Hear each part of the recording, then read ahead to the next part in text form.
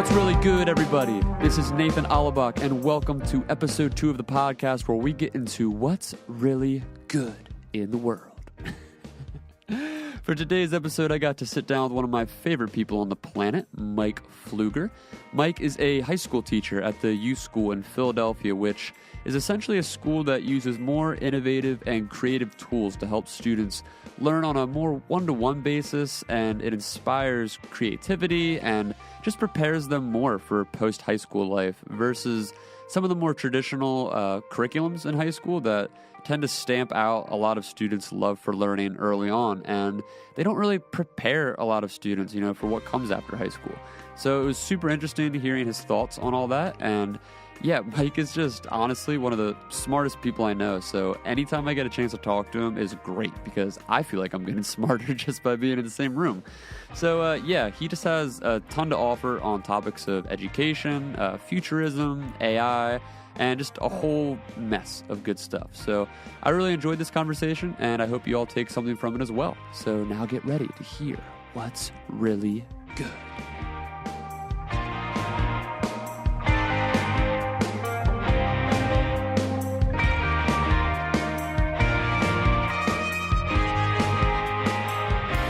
And we're live. Mike, thanks for coming on the podcast. Thank you. It's been a long time coming. We've talked about doing this for years. So this is a real treat to finally get to speak with you with microphones. I know, it's much more unnatural than I could have imagined. Right? In a good way, in the best way possible. I feel like the best conversationalists, when they get in front of a microphone, it's almost like deers in a headlight. Like you're used to sitting... way to jinx this. Yeah.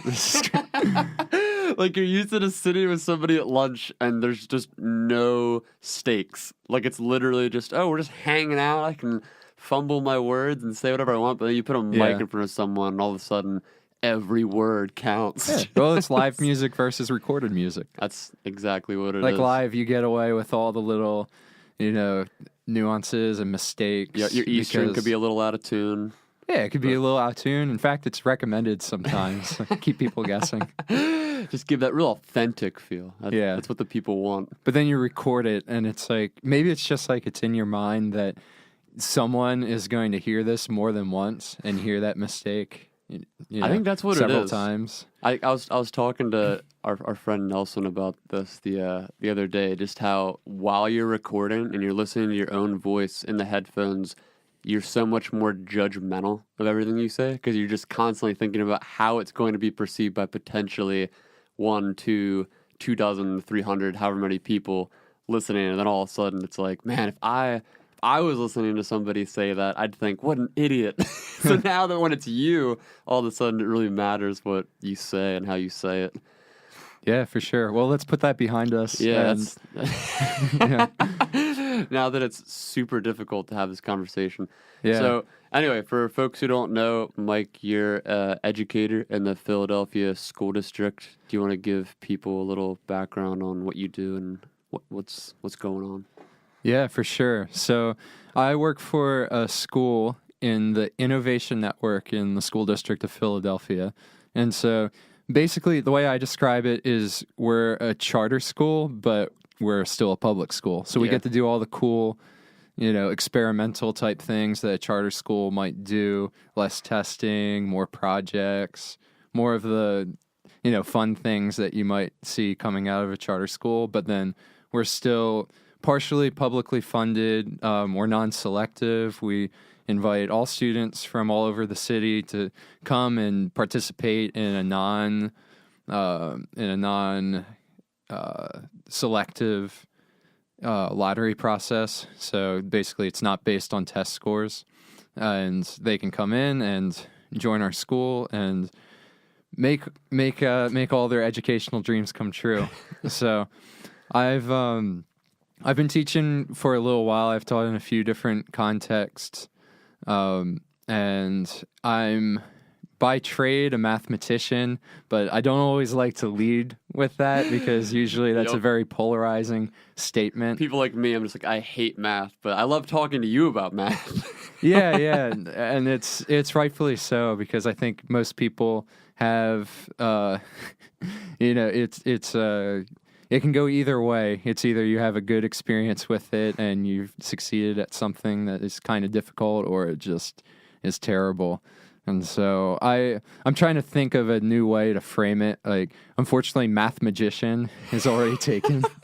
You need like you need an official name, like the math wizard. Just yeah, wizard's not bad. I like the idea of a wizard. yeah, Like, it's sort of goofy but also prestigious. Like, I know a lot. I'm Right. wise, but it's Yeah. also like if you can call yourself a wizard, you're probably funny. it also implies that you have a voluminous beard, and I think those days are behind me. I don't have the concentration. Don't say that.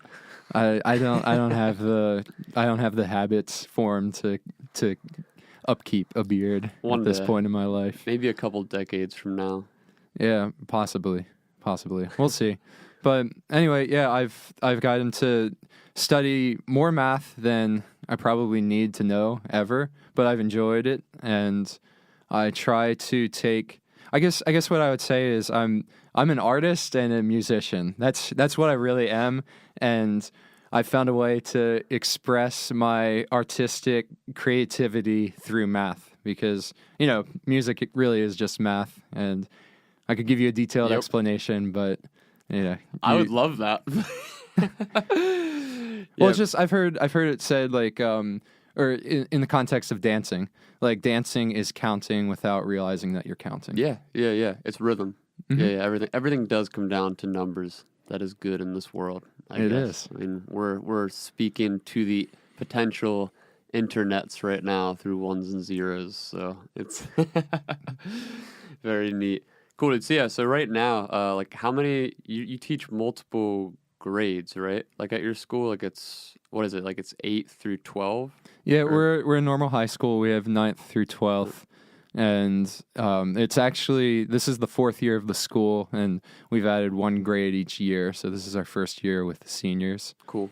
And so it's it's the mad rush at the end of the year to get all the seniors, Yeah. all the credits they need, and all the future plans that they need to take those next steps. Right. Yeah. So like as this, like you said, like your school experiments on a lot of like newer educational methods. So like, are there any new strategies or any like things that you guys have been projecting for these seniors now to like go like sort of transition from high school to college or high school to trade or whatever? Yeah. Well, our school was founded upon the idea that we're not preparing you to necessarily learn some content, but we're preparing you to persist in what you do next. And so the motivation was, there's a kind of discouraging stat that in the Philadelphia school district, only 20% of all students who go on to post-secondary pursuits like college persist past their first year. Oh, wow. So that means 80% of students who are going to college, if you're from the school district of Philadelphia, you're probably going to peace out after your first year. Yeah. And take healthy chunk of debt along with you, and probably not a good option for paying that debt off. Yeah. So so you're saying like a persistence, like are there is it just teaching, are there things that you're projecting forth that are teaching kids like ways to get into the workplace, or is there any kind of, I guess what I'm asking, is there any kind of program or curriculum, I guess, set in place for the seniors, or is it more just the sort of overall, like as they go through like the 9 through 12, like they're overall kind of taught this this mindset, I guess, that you're saying, to like persist through the post-education time? Mm-hmm. Well, one of the important things is to be what we call an autonomous learner, where you take ownership of your learning. Yeah. And so along with that is the other A word, asynchronous. So I don't even know what that means. Asynchronous, like having learners learn at different paces. Okay. So instead of saying like we have a test on Tuesday and then another test this coming Tuesday, we have here are all the tests or all the performance tasks, or all the projects that you need to do, and it's all listed. It's clear what you're supposed to get done, but then you have kind of freedom in the pace that you're going to take to complete that. And so I think the difficult thing is, you have to shift the way you look at it, because what it can become, the bad thing that can happen is I have all the time in the world to get my work done, and so I'm going to procrastinate and not do it until the last minute. And I think you may have had a college class like that where all the work is laid out beforehand, and then you don't you don't have to do anything till the end, so you probably won't. Yeah, that's for someone with my mindset, that's exactly what I do. You have a lot of the kids who are front runners, and they look at that and they run through the book and they get all of it done in the first couple of weeks. And then there's the people like me where I'm like, I've got this and that going on. I'll just put this off till as far down the line as I can, and then you're screwed. Yeah, and so that's what we don't want to happen. What we want is the exact opposite, where here's everything you need to get done. Let's get this finished so that you can get to the things that you're really passionate about and the things that you want to do. So in the best case scenario, it looks like the students that we have who are, using their extra time that they have to film documentaries or, record a podcast or, play music, do the types of things that, unfortunately in the school district of Philadelphia, you don't have the funding to have an official class or curriculum for that. And instead, you might be stuck taking algebra for an entire year. But we're saying, hey, here are the things that you need to know for algebra. And here are ways that you can show that you know this.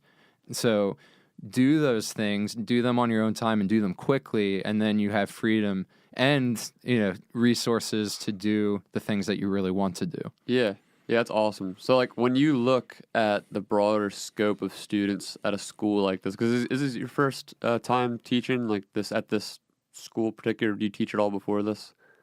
Yeah, I taught at a private school for a little bit. It's a small private school, small class sizes, pretty much the polar opposite of most schools in Philly. Yeah, I taught for a year in South Africa through a Fulbright grant, and that was also its own unique experience because that was just like, it was in a township, so giant classes, 90 students per class. Wow.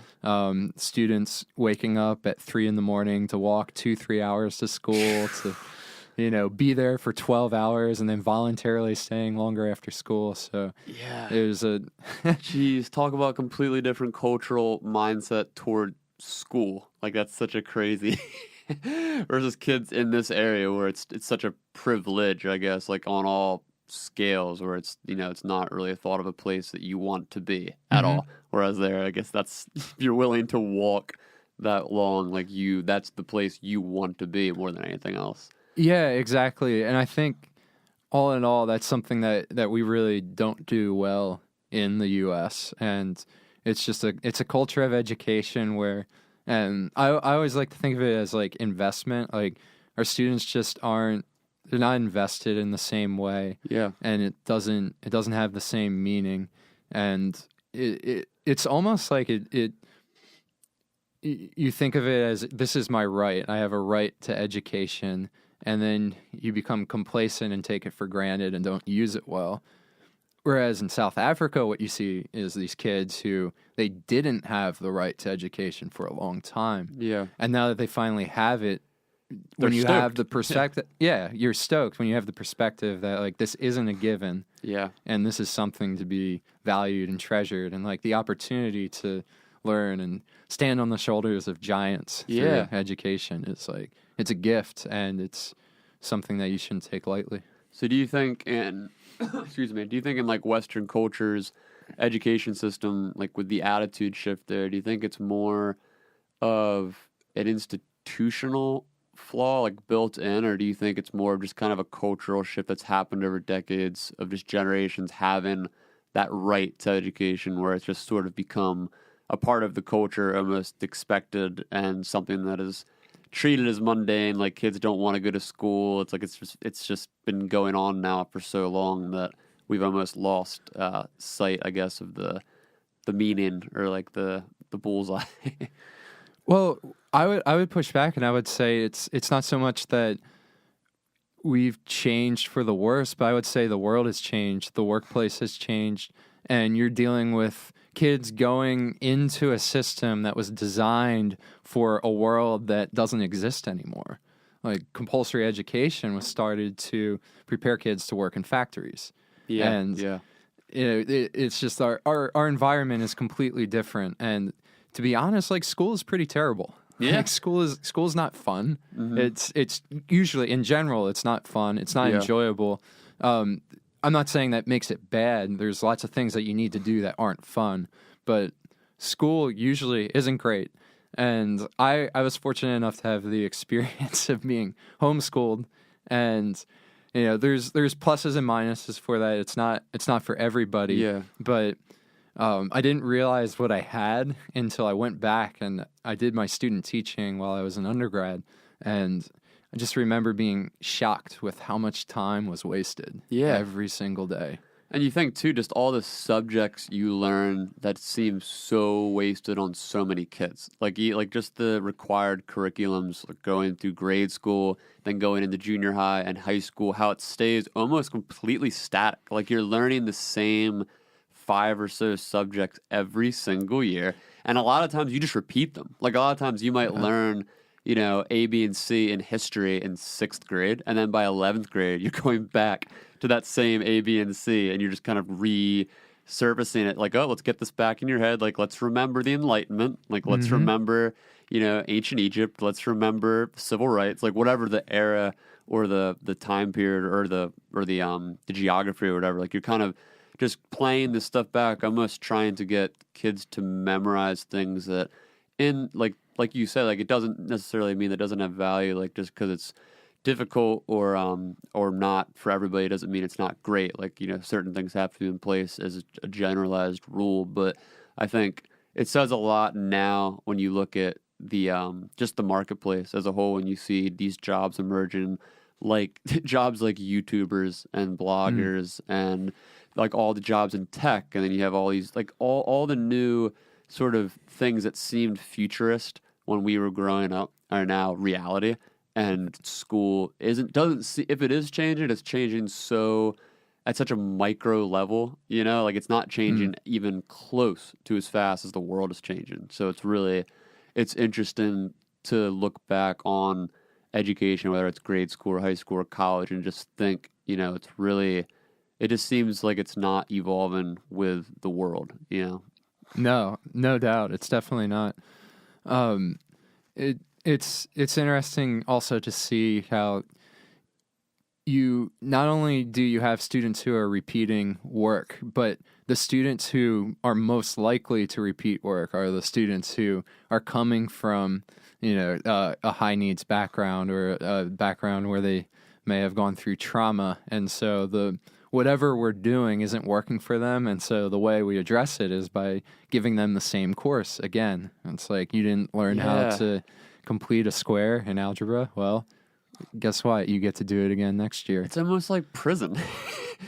Sort of. I mean, in a weird way. I mean, it literally, you send, again, that's a whole deep conversation in and of itself, which we don't need to get into the complexities of, like, the criminal justice system, but just on a surface level where we can all sort of, most people, I think, if you polled them nowadays, would agree that there's certain levels of offenses that are so minor that people get sent to jail over, and then it just becomes this repeat cycle where jail doesn't act in any way, shape, or form as a method of rehabilitation. So it's like you could go to jail for stealing, a Twix bar at a convenience store, and I guess the idea of you getting sent to jail is, we're going to teach this person not to steal Twix again. Right. But chances are that person, when they get out, is going to do something else in the same vein and just going to keep repeating. Like, it's a similar thing, I think, where, like, I don't know, like, I wasn't, I didn't have a traumatizing or awful experience in grade school, but I also didn't have a great one. Like, I didn't learn, I guess, at the same pace as a lot of my classmates. Like, I wasn't failing every class, but, like, I was getting a lot of C's, mostly C's, some D's, some B's. Once in a while, you get an A. And I think a lot of, like year after year, a lot of the courses that I was taking, that's sort of where I fell into. Like, my brain is way more, I guess, just all over the place. Like, I don't know if it's a creativity thing or just a temperamental thing, but I have a very difficult time focusing on areas that I'm just not interested in. Like, I would zone out, and I'd have a really hard time doing assignments and doing homework and memorizing information for tests that I don't think is relevant to me.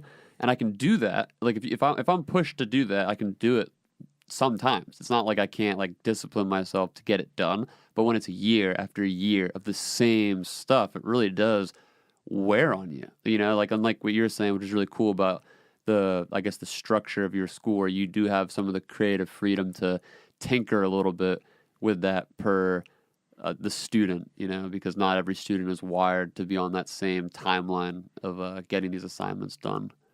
Right. And I think it's also interesting because there's this big push for STEM, science, technology, engineering, mathematics, which again, I appreciate those things. They're things that are near and dear to me and things that I enjoy studying, but they're presented as this lever to lift, poor people out of their circumstances. If they can just learn math, or if they can just learn science, then they can have a viable career in the world of tomorrow.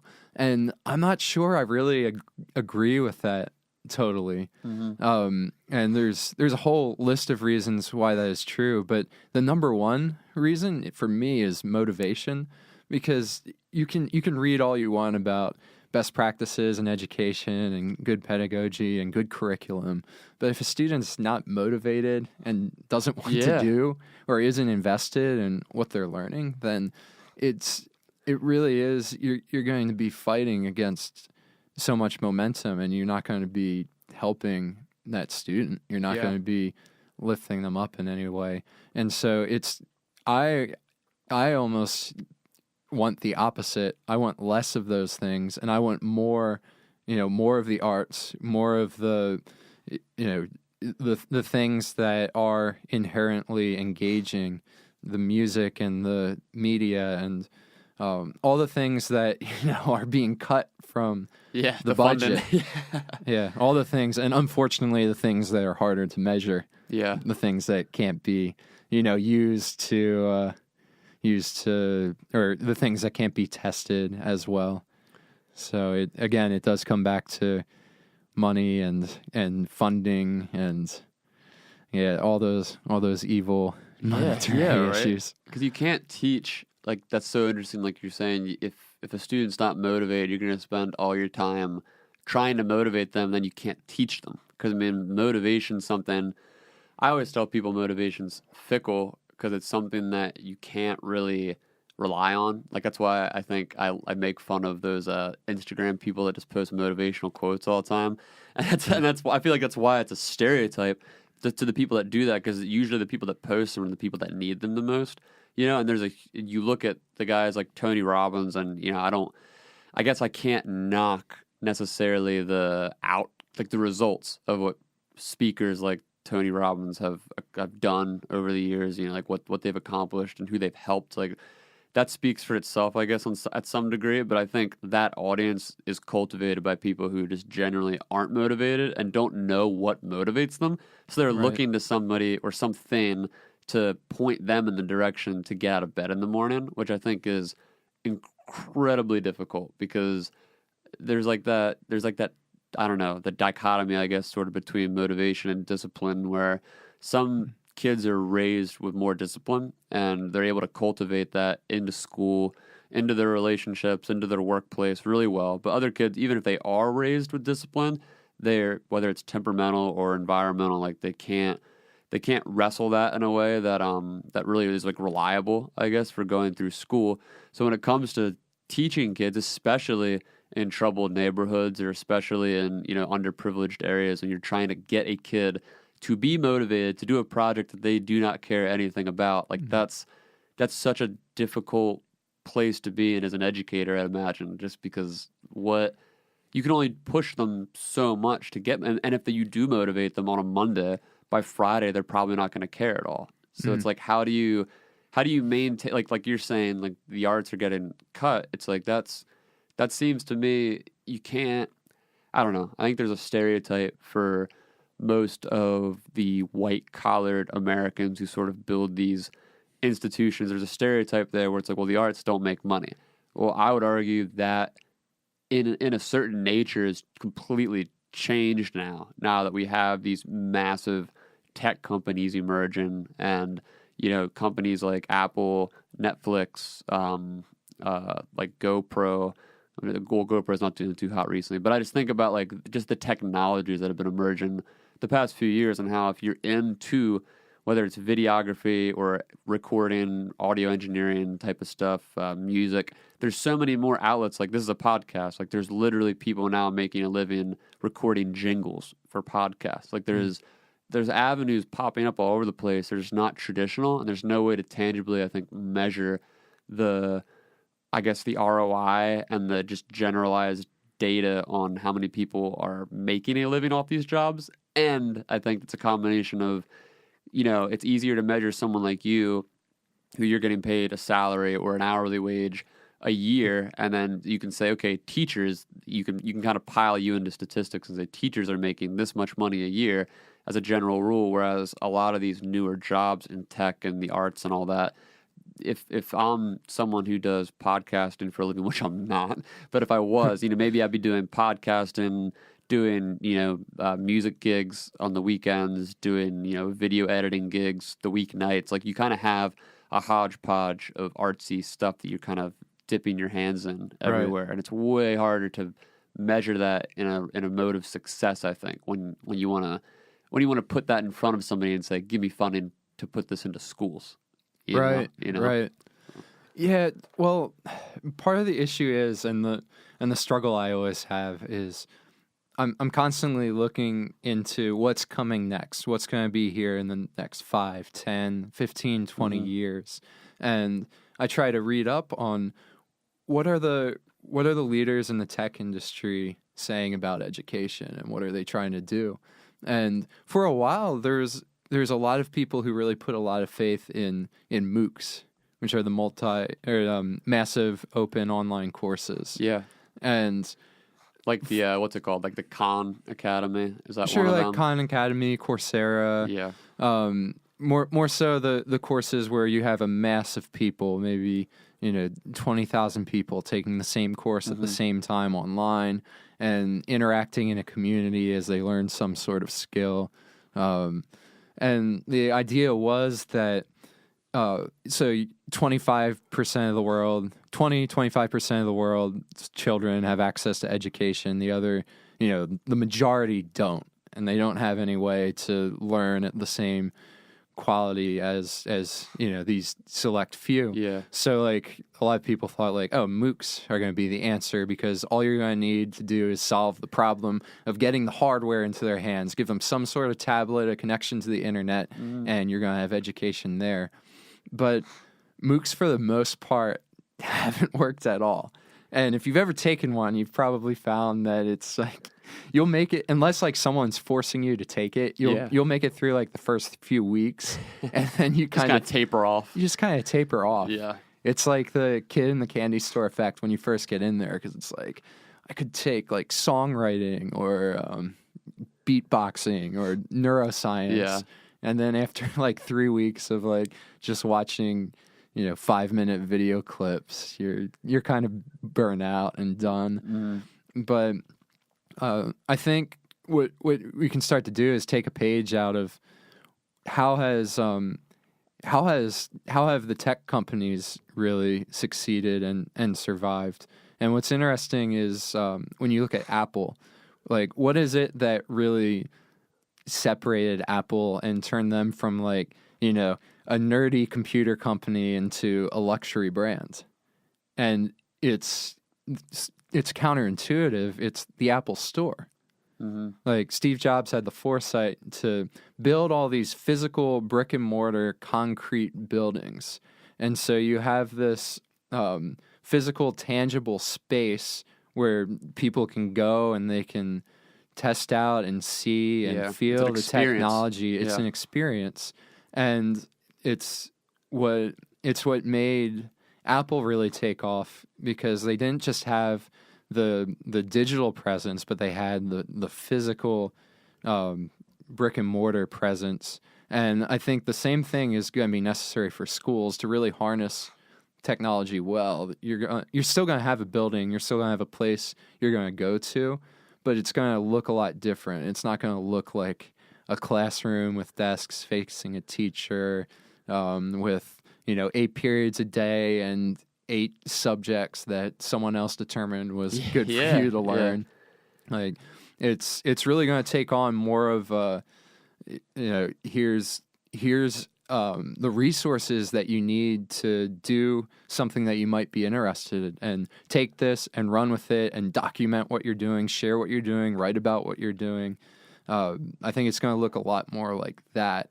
And I know the people who, and I mean, I see it myself. I'm in a place right now where we're trying those experiments and we're trying those things, and we fail a lot. There's a lot of big failures. Everybody's trying to figure it out. Everyone's trying to figure it out. We're trying to figure it out in a non-selective public school. Yeah. So you can imagine. Yeah, it's not ideal. It's never ideal. Yeah. But I mean, you can't make any progress without big risks. And what we're seeing is in our school district in Philly, I think last year there was a budget of about $2 billion. Mm-hmm. And a big chunk of that, I want to say $750 million of it is spent towards paying teachers. So like almost half of your funding is paying teachers. Yeah. And you're paying these teachers to teach content. So your role as a teacher is, I have some kind of material or information, and I'm going to try my best to get a room full of students to understand this information and then prove that they learn this information, probably through a test. And it's such a backwards way to operate, especially in an area like a major urban area where the majority of your students are coming from a high needs background, and at our school all the students qualify for free or reduced lunch. So it's like your funding is going towards paying these teachers to do something that we know it's not effective. It's not working. Yeah. It's not having the impact that you're not getting. You talk about ROI. You're getting little ROI for your investment. And we know it while it's happening. We know it's not working. We know it doesn't work. And it's going to take a long time before anything really changes in the public school arena, because this is just, we have something that's not broke. It's not completely broken. Yeah, you got to wait till it completely. We got to wait until it crashes and burns. Just gets destroyed, yeah. But yeah, so it's not completely broken, so it keeps going and going and going.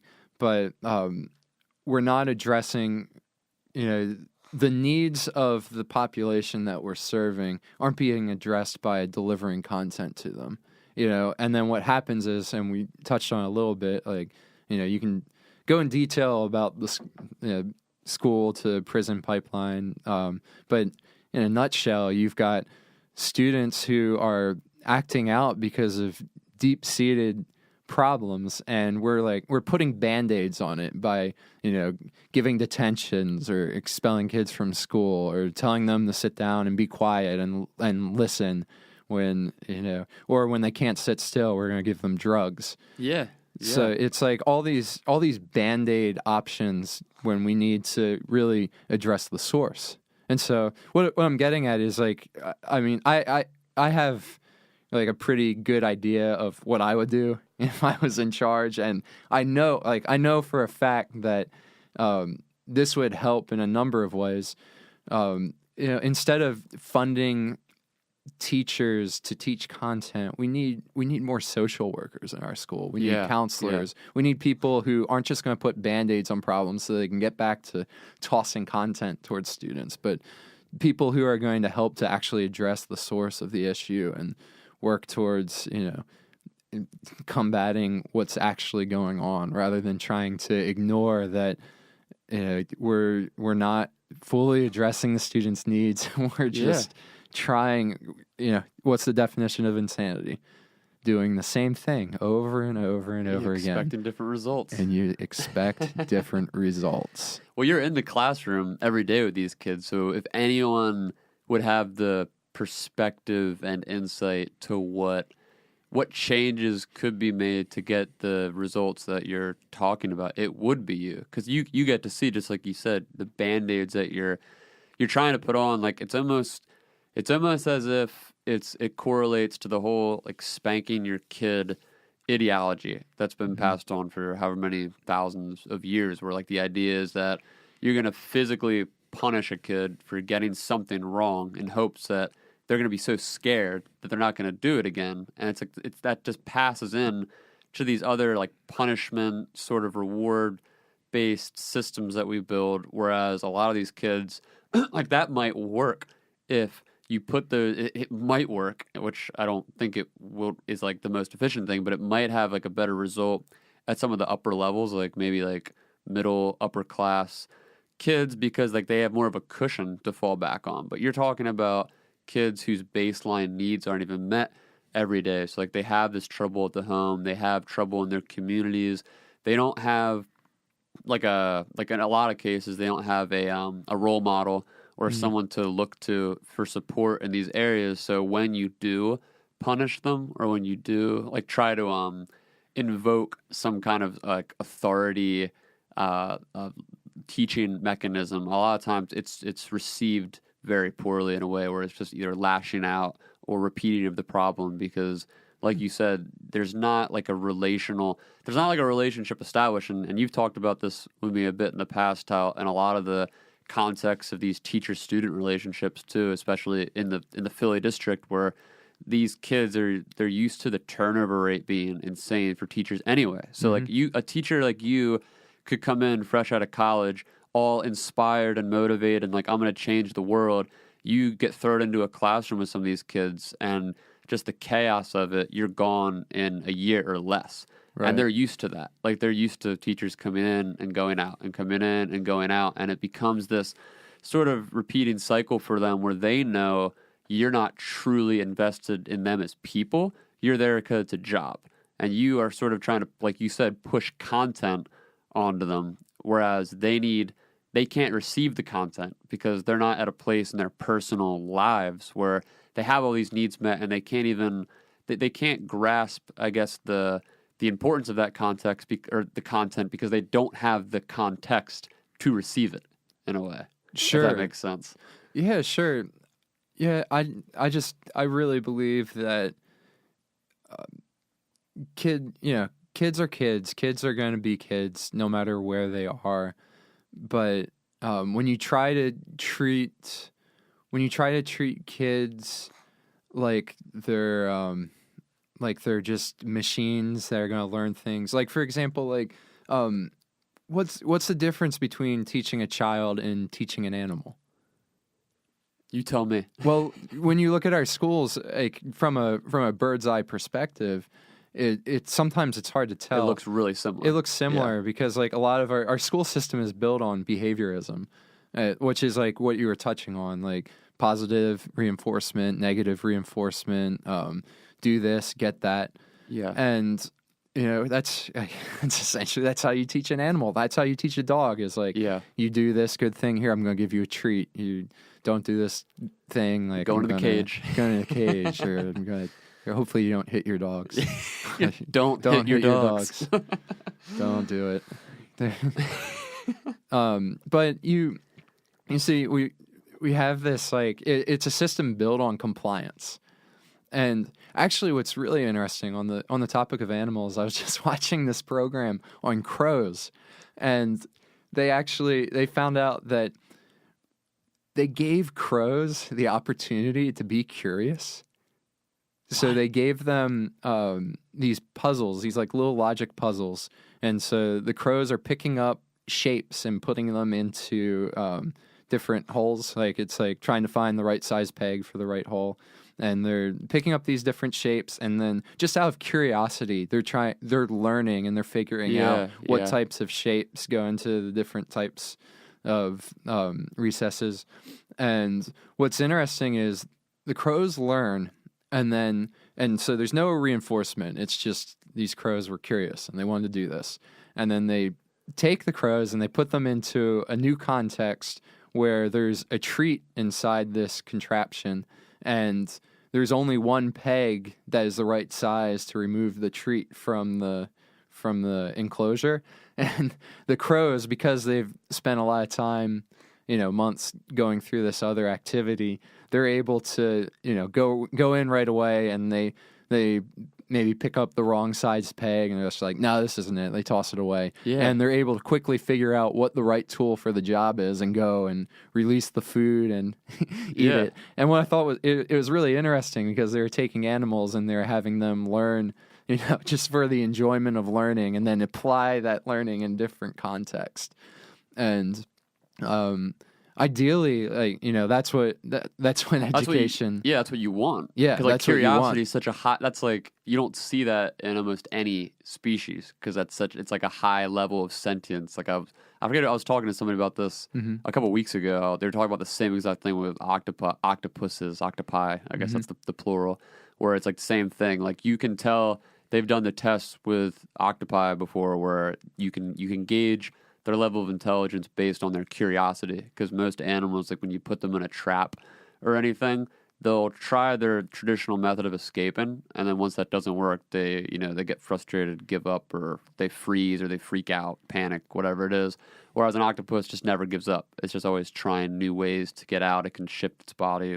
It's naturally curious, I guess, in a way that most other intelligent animals aren't, and which is how we know human beings are. You just have to find that curiosity. Like, it's almost like the education system as it is now, it's built to stamp that out early on, because it's almost like discipline over curiosity. For like, sure. Put your curiosity, whatever it is, through artistic expression or passion, or whatever the thing is that sort of would be classified as the fire inside that gets you up in the morning. Put that aside, at least for a little while, and just focus on school. Focus on discipline. Whereas in doing that, you just stamp out a lot of kids' creativity in general and curiosity in general. And then what happens is it's poor males of color who are really receiving the brunt of this. Yeah.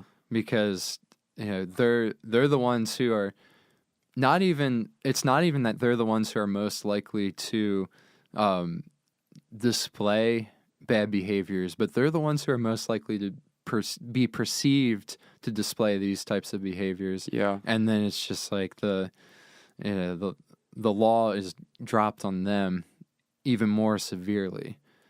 Yeah, it's like constantly reinforced into these areas, which goes into, I guess, the institutional aspect of this, which a lot of people don't spend a lot of time talking about because it's such a polarizing topic. But I mean, it really is, when you have these inner city areas all around the country where the communities, like, and then, well, you throw on what do you call, like, gentrification on top of that, where certain areas of cities get gentrified and then push these communities continually outward. So the communities are just generation after generation of people, mostly people of color, like, living in poverty, where it's like like you're saying, when you look at it from like a proportional perspective, perhaps like those people, like whether it's the black males, like they're not like committing, maybe, like if you looked at it across the board, like nationally or whatever, maybe they're not committing the majority of those crimes, but it's perceived that they are because it's in a highly concentrated area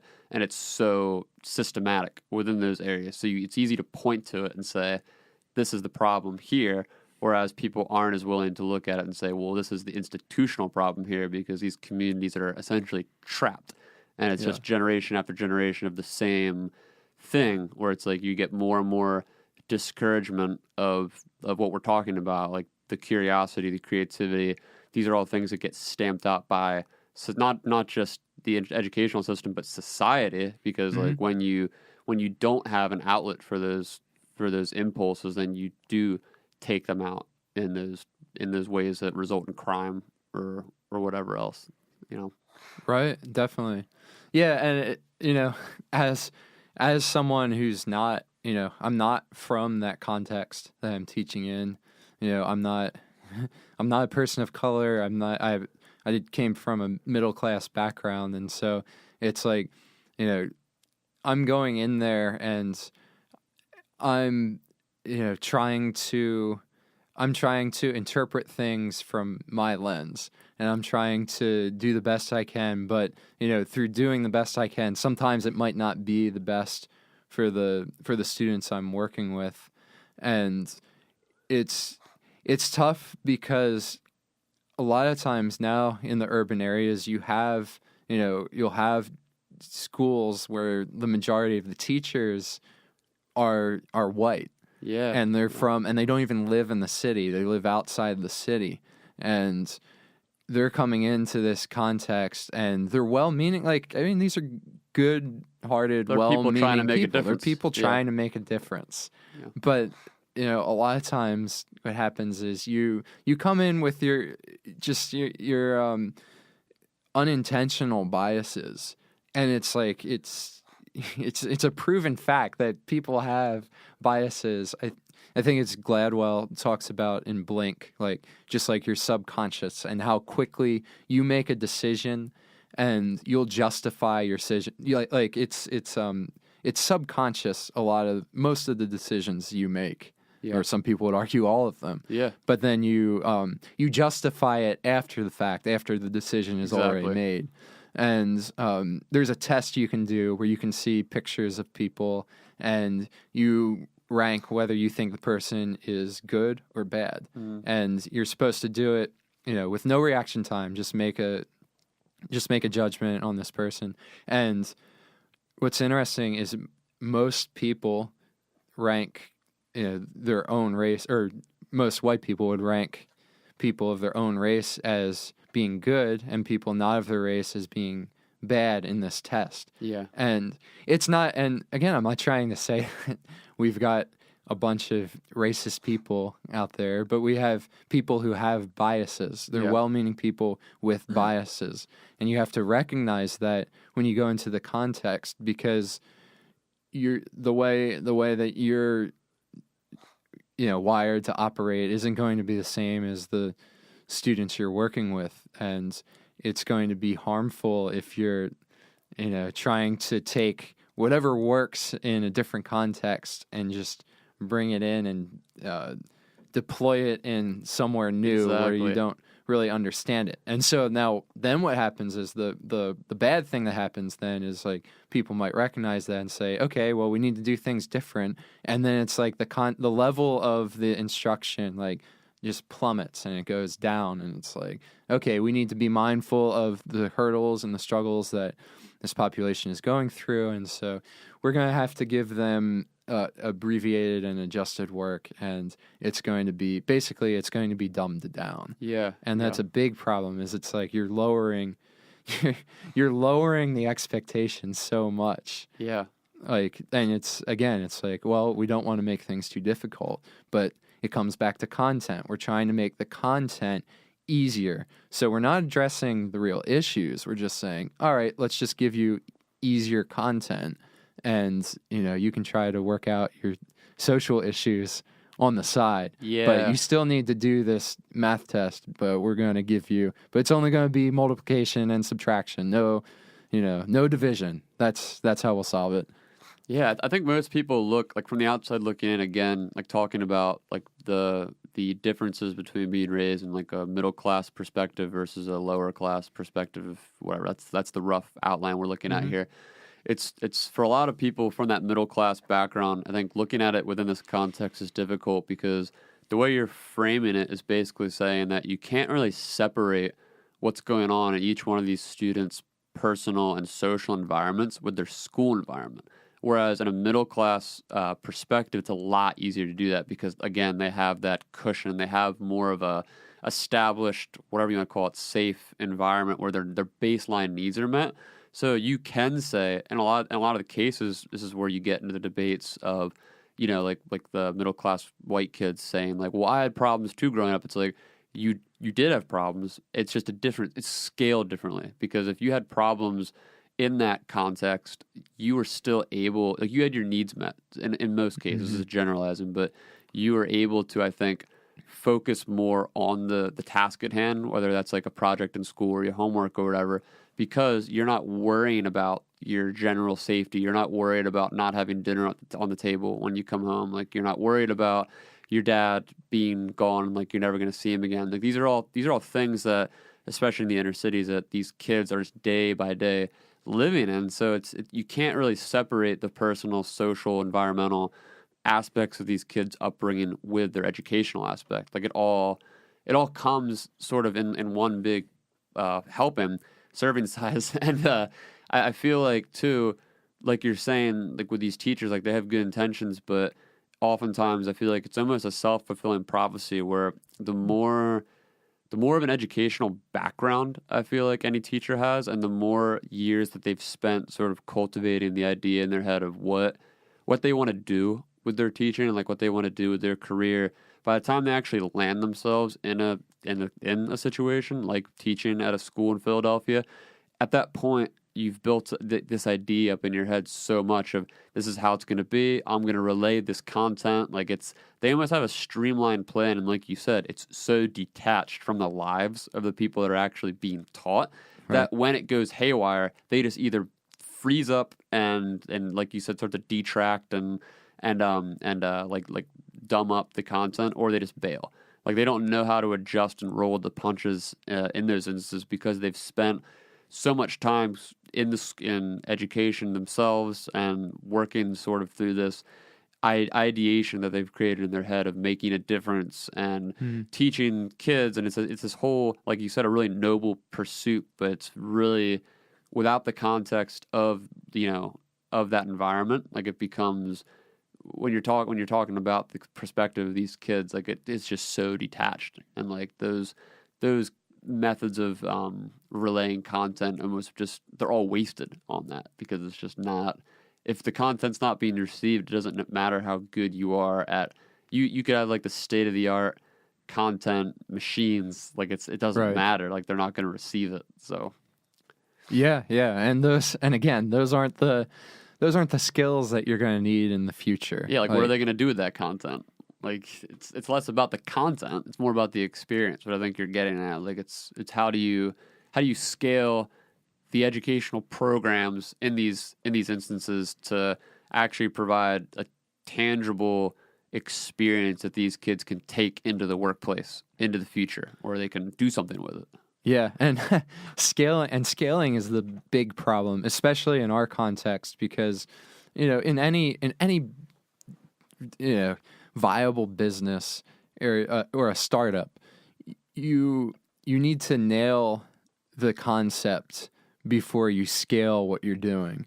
And in our context, we've got this challenge that we've embarked upon, and by no means have we nailed this concept. Yep. It's constantly in revision, but you're forced to scale. You're forced to continue to grow.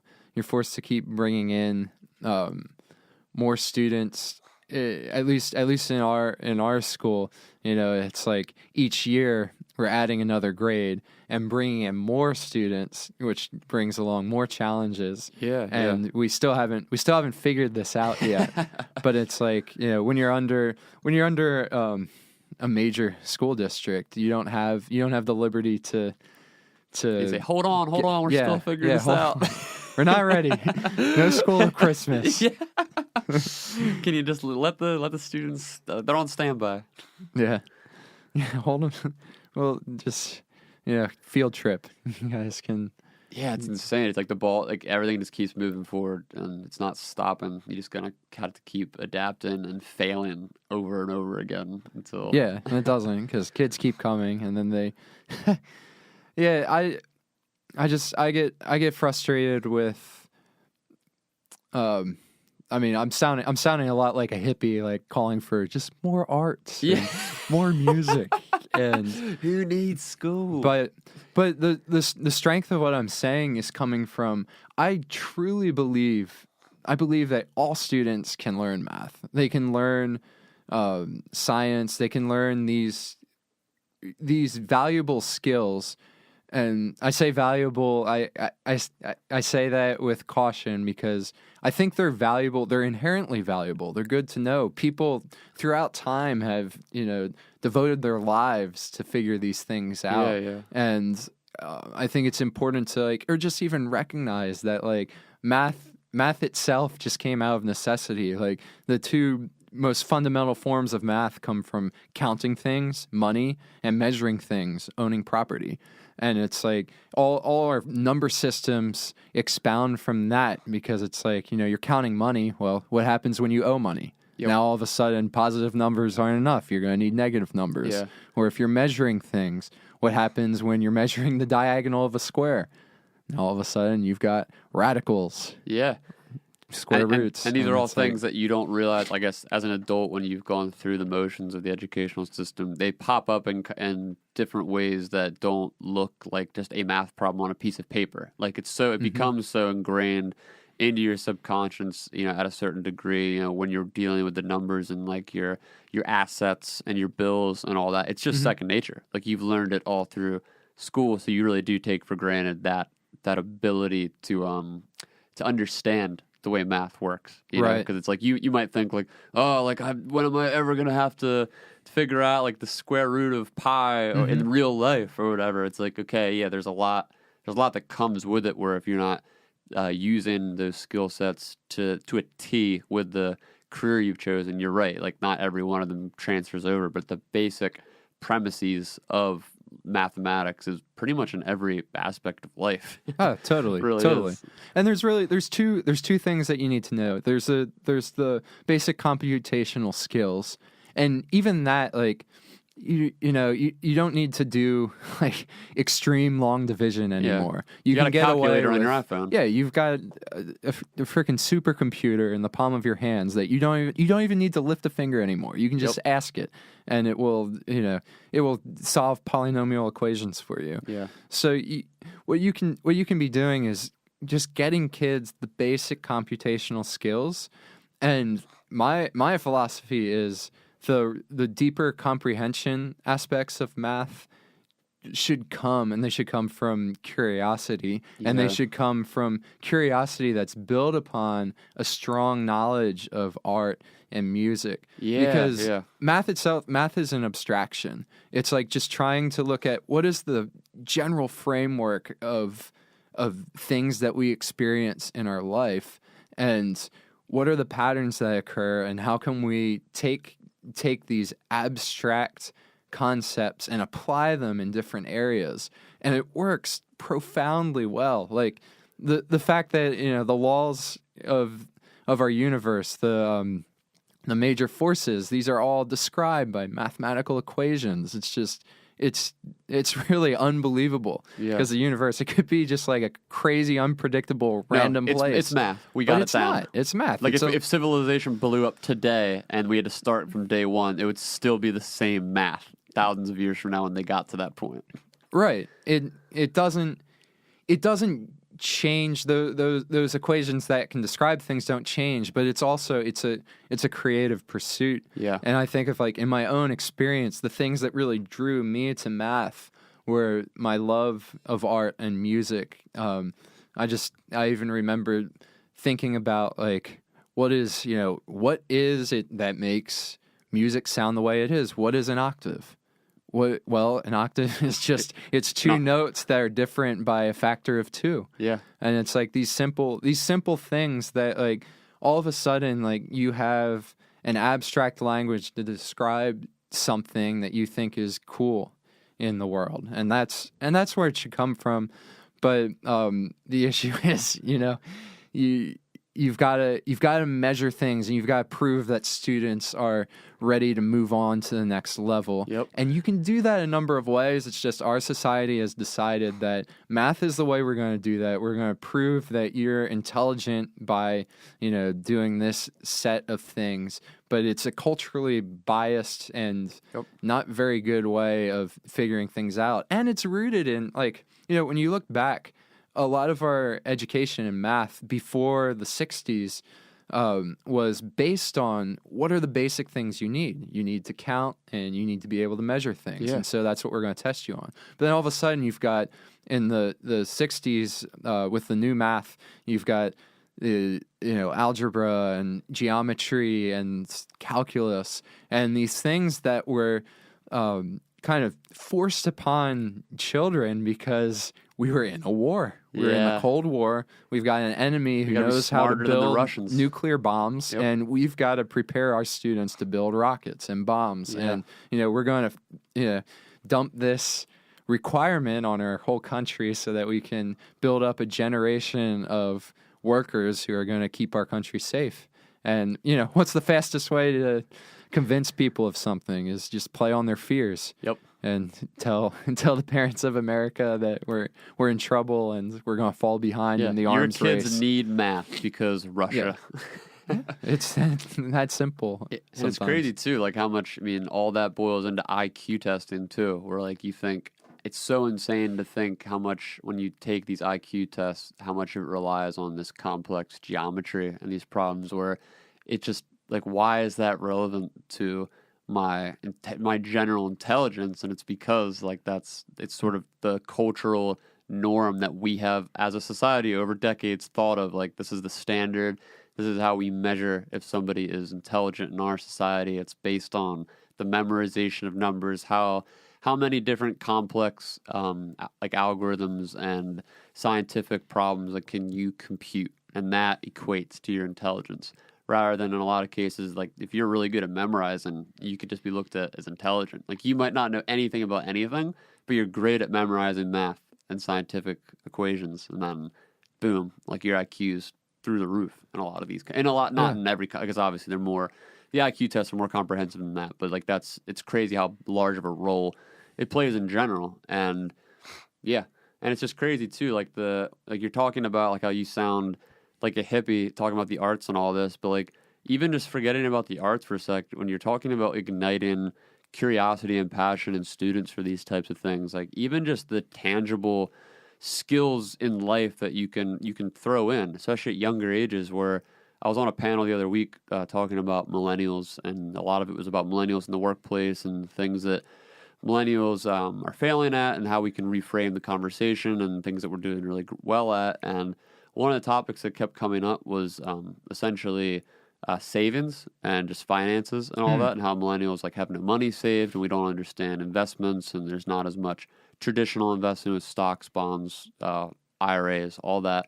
And it's interesting how like even just something as basic as that, because it's not taught in the school systems. Like if you're a kid growing up in poverty, you'd probably be way more interested to learn how to save money in a viable context when it comes to math versus just the math equation itself. Like if you can teach these things almost side by side, like where like you learn the foundational skill set for the topic. It's funny because you know how many students have come up to me and asked that question this year is like, when are we going to learn about finances? I want to learn more about my money.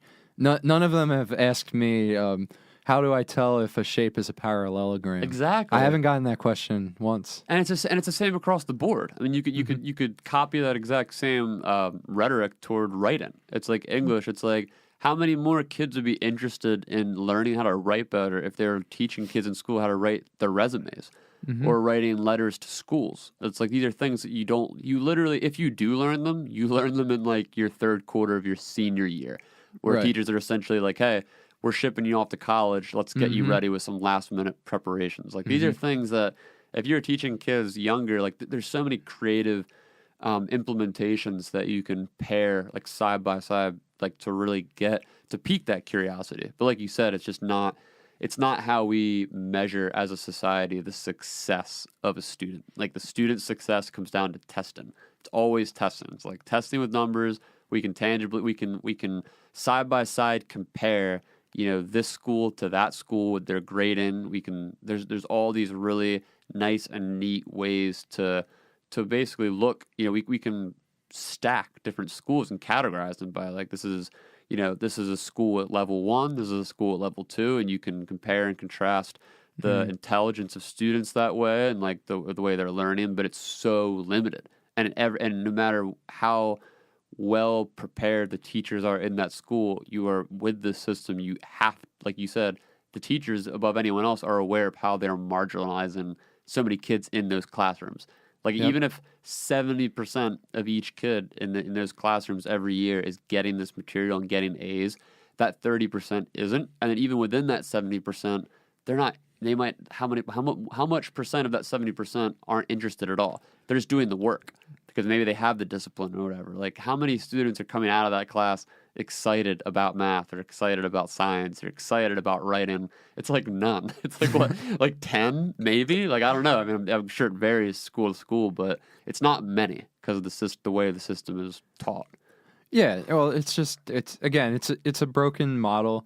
When you look at the great minds of education, and you read their work, they call for a lot of times these communities where you have this is a big word, but it's called legitimate peripheral participation, and the idea is that you're participating in a community around some sort of skill or activity, and you're on the periphery, and you're with. So if you could imagine a circle, and let's say you're just starting to learn like podcasting, right? Yeah.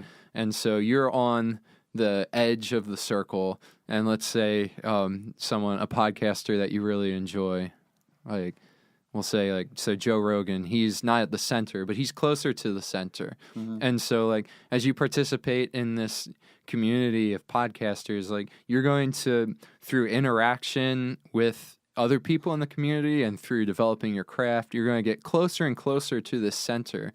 But there's not a teacher who's standing at the center who's like just delivering all this information to you and telling you like, this is how you be a podcaster, this is how you set up the microphones, this is how you interview a guest. But you're learning as you participate on the periphery, moving towards the center in a legitimate way.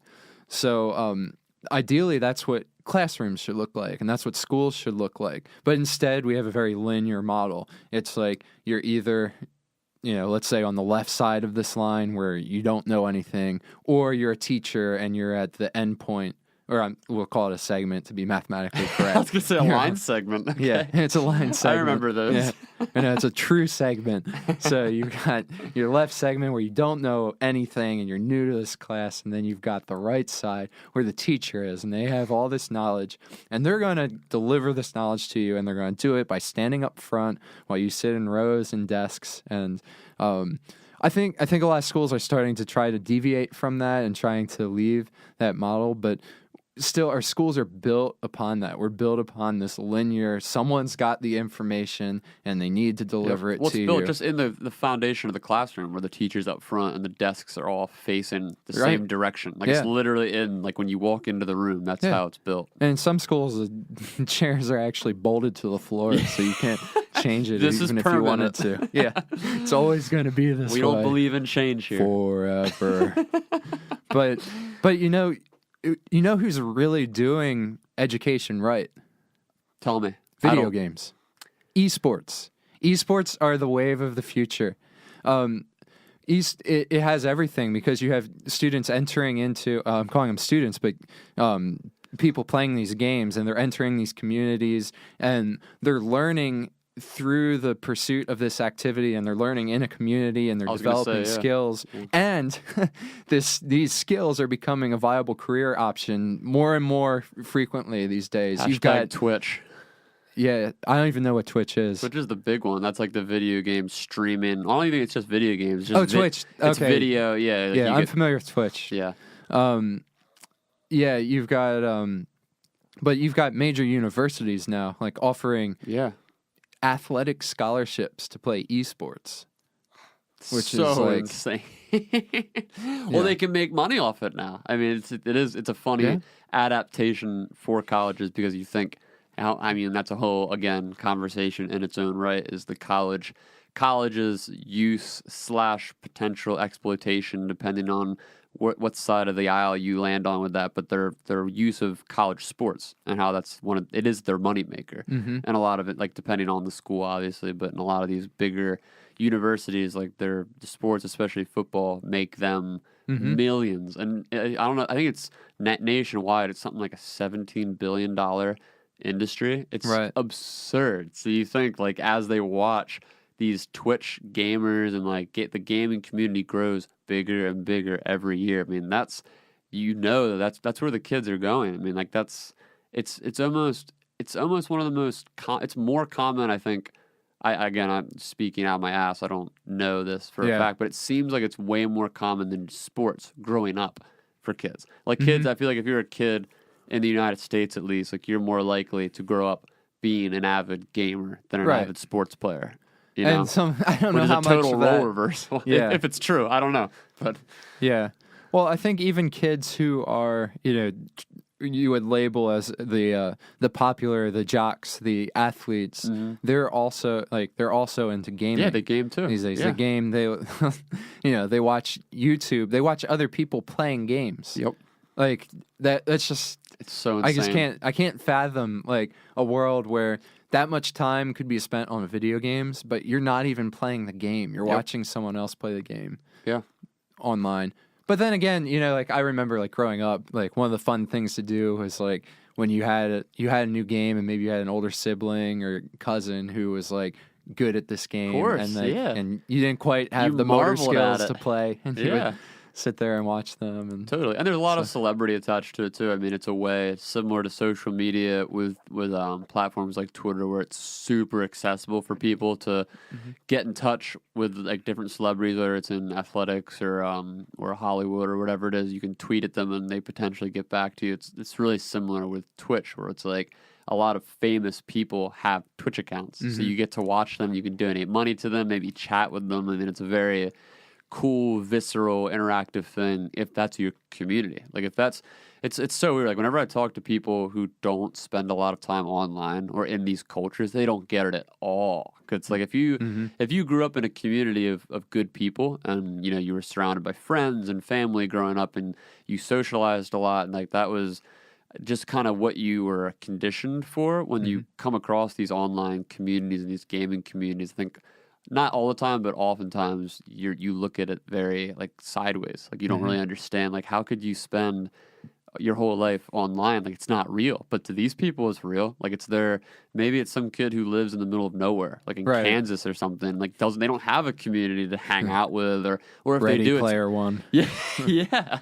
No, seriously, and like that's the reality, I think. And there's again a whole conversation in and of itself. There's pros and cons to the cultural conditioning of someone spending the majority of their life online and like what that does to different members of society. But I think as a whole, like we have to start looking at it way more seriously, which it sounds like I didn't even know that colleges were doing that. Like you can see now, like it's starting to get monetized by institutions. Whenever it was only a matter of time. They figure out real quick. Yeah, that's really interesting. Yeah, and who else other than colleges who are just like, I mean, colleges are really education is ripe for a big revolution, because it's like right now it essentially is like Scott Galloway calls it a caste system. It's it's essentially just a way to figure out who is going to be part of the elite elite employment class, because it's so expensive. Like the inflation rate for college tuition is just skyrocketed, and you're getting something that I don't know that you're really getting any of your money's worth. In most places, like there's still good things. Like I think you should go to college. Most people who have an academic minded pursuit, like college is still a good idea, but it's just it's ridiculous that you could pay, you could be several $100 or several $100,000 in debt for learning a lot of stuff that you can kind of learn on your own these days. Nowadays. I mean, I think that's a big, I don't know what you want to call it, I guess, point of contention for people in the discussion of school, because you have a lot of more blue collar minded people, or people at least of that perspective somewhat, who look at it as a waste of time and money, and they say who needs college? Screw college. Let's just like get a good trade and and you're better off, and that's great. And that's sort of the extreme, I guess, straw man generalization of that end of the spectrum. Then you have people on the other end of the spectrum who are just like, no, you have to go to college if you want to get anywhere in life. Like, you need to go into debt. You need to get into these institutions and, whittle your life away into, finding some high paying job, hopefully, over the course of time. Those are the extremes. And I think that the truth is somewhere in the middle for everybody, because there are a lot of trades that are high in demand that people need met, and people can fit into to have a sustained livelihood and career throughout their life. And then there's also a lot of careers that you can get to and through within community college and lower tiered schools. Like, you don't need to be going into these prestigious universities that are charging $100,000+ a year, where it's literally just all in the exclusivity and in the name. And I think a lot of it too, I know something you're really interested in is the AI aspect of it, where so much of the work that we look at right now as a potential career or job opportunity, it's only a matter of years, if not a couple decades, where those are just gone completely by artificial general intelligence. So, is that something you wanted to get into at all? Of course I do. I know you love talking about it. So. Well, I'm an aspiring futurist. Yes. And I guess as long as time keeps moving, I'm going to get closer and closer to it without even doing anything. Just constantly living in the future. So that's all that's required. Cue Squidward meme. Future. I think you're. If anyone I know could call themselves a futurist, it's you. I mean, you're always reading up on the latest and greatest from Kurzweil and Elon Musk and all these hyper innovators. That are just that whole clan. Yep. Yeah, and how that's just completely changing the landscape of education and careers in Western culture. Maybe I should incorporate that into my title for myself. You probably should. I should be like a mathematical futurist. That sounds really good. It sounds like I would clear out a cocktail party. I was gonna say it sounds pretentious as shit, but also hilarious and awesome. You're Depends on who you're with. It's who? If you're like a group of like mega I have nerds. To go to the bathroom. Some people would love that. Other people would just be like, it would be who is this loser? It would be 5% of the population who would be intrigued enough to talk to me. Yeah. And then the rest would just be this is... Get out of my face. I feel like most people that we know, at least, they don't even know what futurism is. It's not really a mainstream. It's one of those areas, I feel, of interest that fall into the lore of a place like Reddit or deep in going to YouTube. There's not a lot of central mainstream hubs where futurism is talked about, at least in a way that doesn't sound wacky. I mean, Elon Musk is probably as mainstream as it gets when it comes to this kind of stuff, and he doesn't. Yeah, but we know all the futurists of yesteryear. Yeah. We know, everyone reads Jules Verne in high school. He was a futurist at one point. Mm-hmm. He's not anymore. But it's just nowadays the people of our time, it's the new wave, it's a new wave of futurists. And it's fascinating to try to zero in and make accurate predictions about just even where employment is going to go. Because the largest sector in the U.S. is transportation, and it's that's it. Yeah. The handwriting is on the wall that this is going to go, and I really feel like it's going to be. I think it's Elon Musk, who is I can't remember who it is. Someone with skin in the autonomous driving game has more lawyers on their team than software engineers. Because he's talked about, and he's also. It's really interesting too to listen to his public statements on something like this, because it's something like 5 or 7 million adult males they make up the driving industry. It's I'm pretty sure it's the most prominent career field for adult males in the U.S. I'm pretty sure, and a guy like Elon Musk and the late Steve Jobs and some of these other tech gurus, they've come out, but especially Elon Musk has come out in a lot of statements lately talking about what's it called, universal basic income. Yeah, because it's so interesting because careful, exactly as a topic. Careful, Nate. Well, it's like as a topic, like that, it's a hot topic, and a lot of people are talking about. But it's interesting to watch the tech people push this topic into sort of the political sphere because they have skin in the game, because they know as soon as Tesla takes over the roads in the next couple decades, which obviously not just Tesla, other competitive car manufacturers, smart car manufacturers will come into play, I'm sure.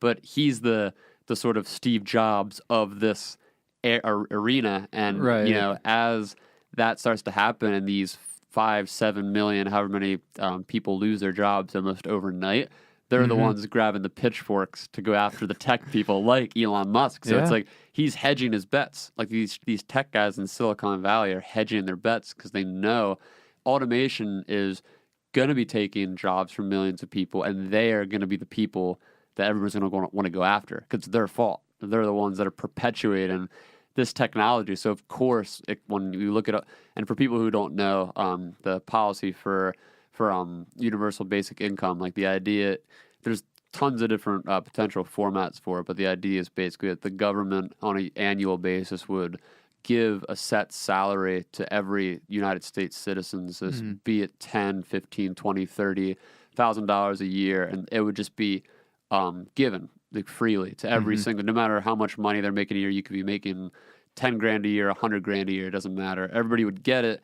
And the idea is that as automation and artificial general intelligence starts to take over the workplaces and people are put out of jobs, at least the basic needs of people are met, so that if they want to pursue jobs on top of that, they can, but like just to at least cover some of the grounds of loss that AI is going to read upon the world.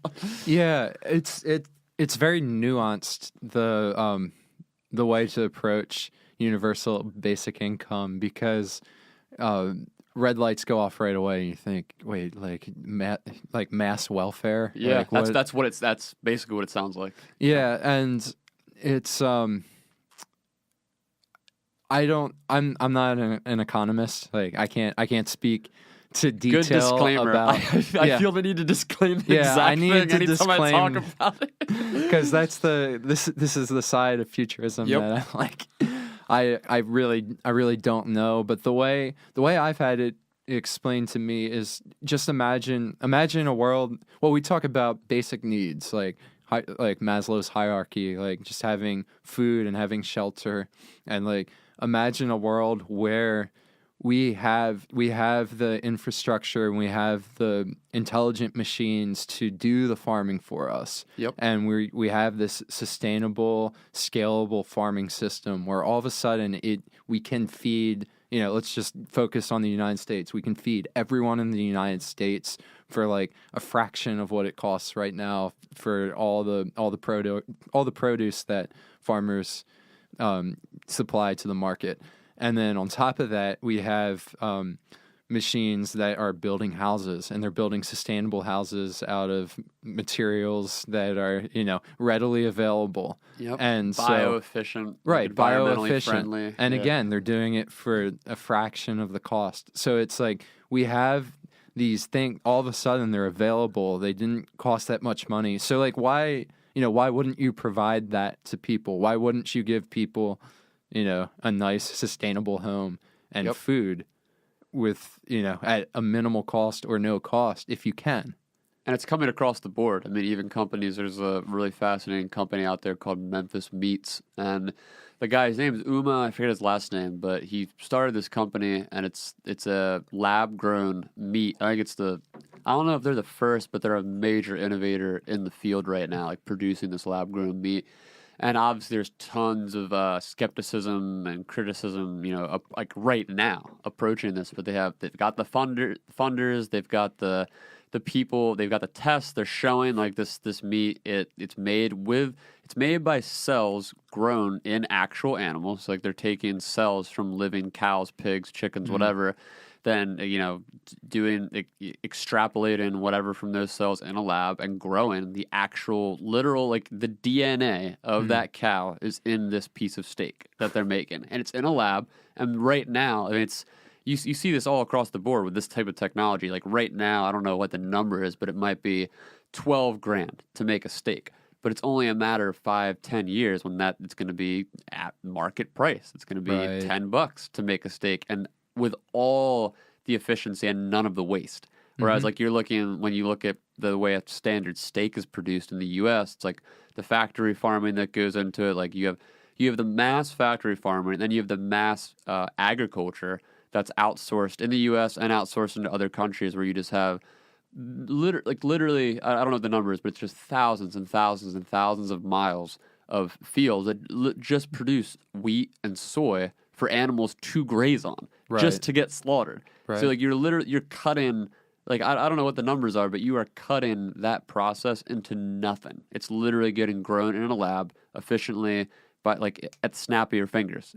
They can put the cells in there and it's good to go. So you're not leaving a footprint from an environmental perspective. So it's like you're taking that aspect of it. So you got all like your environmental people happy about that. Then you have your vegan animal rights people happy because you're not like taking it out of that. And then you also just have the cost of the agriculture and the factory farming completely mitigated by this thing made in a lab. And that's just going across the board with all food. Like you just mentioned, like farming, it's like it's already being done in agriculture. Like machines are already finding new efficient ways to just literally grow plants indoors. Like we are completely what do you call it? Like just warping the photosynthesis, like the natural methodology that nature has created to make plants. We are warping it. We've already been warping it with machines for decades.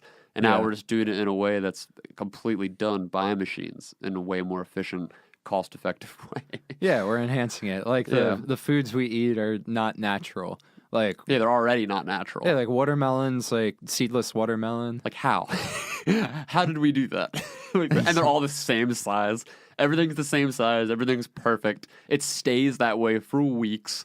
It's like it gets grown in California and it's shipped out to Pennsylvania and it's in a truck for a week and then it stays in the supermarket for a week. It's good for 2 more weeks. Like this, we've been doing this for a long time, and it's only going to keep going and getting more efficient. And yeah, then bye to those millions of jobs for people. I just sidetracked myself. I'm trying to remember the guy who sings that song with the seedless watermelon in it. I have no idea. What was the guy's name? I don't know. The chorus is like, "Oh chariot." Oh my God. What's that guy's name? Oh, I forget. Oh, no. It's gonna bug me. We need to have a young Jamie. We need someone here to pull it up. I know. Pull up that video. It's gonna bug. Right as soon as I said it, I was like, I'm gonna regret saying that because now I can't remember that guy's name. But maybe it's for the best. His songs were so catchy. Yeah. We don't want to kill anybody's ears with that. Yeah. No, we don't. But yeah, I think and it also, again, like from an economic standpoint, I'm speaking more hypothetically. Like it could, like all of these advances and having like this work done by machines that are, exponentially more efficient than a human worker just boosts the economy beyond recognition. And it's like all of a sudden you have extreme amounts of wealth. And this is like I've read this. I don't fully understand this side of it. So like, I don't think anybody does. I think it's all speculation. It's all, I mean, even the best economists don't know. We're all just putting out our best predictions to see. I mean, until it happens, it's just like the universal basic income argument. It's like all economists can argue it night and day, but until it's implemented on a large scale, like they're just saying, like, here's the probability. Here are some smaller scale examples of where it's happened in this country or in this state or this community. And it's really, I think it's tough to predict fully the repercussions of this stuff. Right. And hopefully we will roll with the punches like we've been talking about. Like society, it seems like society does a good job of rolling with the punches. We're just always a punch behind. We're always like, we're behind the 8 ball. We're never, you know what I mean? Yeah, and I really want to stray from the doomsday model. Yeah. Because that's usually where people go, is it's like, oh, the jobs are going to be gone. No one's going to have work. Like, the rich are going to get richer, the poor are going to get poorer. And that's, that's it's the fear model, like we were talking about before. Yeah. That's what gets you a TED Talk. build your build your bug out That's stations. a jab at kids. Sam Harris. Just people love hearing that for whatever reason. Just the doom and gloom side of all this. It's because it fulfills the movie. It fulfills like iRobot and all these. But you kind of like to think about, like, I don't know, like it's just like it's entertaining to think about like worst case scenario situations. End of the world. I find myself doing that like often. Like I'll just be sitting in like a restaurant and I'll think like, what if there's an active shooter here? Like, what am I gonna do? Yeah. Like I'll just play through it in my mind and think like, okay, like yep. I do that all the time. You're on a plane. Just imagine the plane going down. Definitely just going to be like pushing old ladies out of the way like George Costanza. Yeah. Out of the way, it's a fire! There's a fire! Yeah, no, that's totally true. It's like it just drums up dramatically in your head way easier. But I really don't I get excited, and this is why I love futurism, is because it circles back to education, because, you imagine a post-needs society where your basic needs are accounted for, and let's go extreme and say that work is for enjoyment now. Like your income is supplied, you have everything that you need from a survival standpoint, and maybe there's side projects that you can do to get like a cooler self-driving car or whatever the latest tech gadget is. Your update, like in Tony Hawk, you're updating your skate deck. You're just like getting new colors.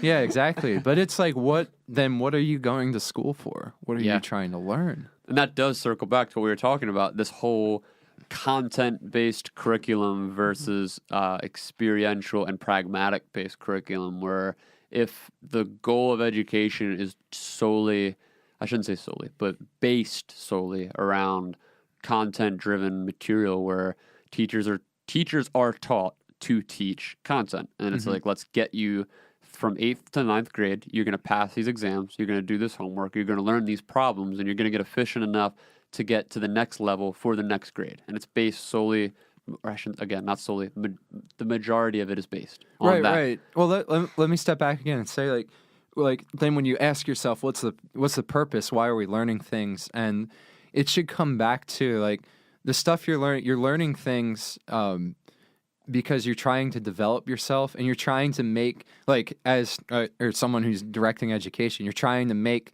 the people who are learning better people. You're trying to let them be, let them grow into people who are going to be curious and want to better themselves and be, a contributing member of a community and a thoughtful,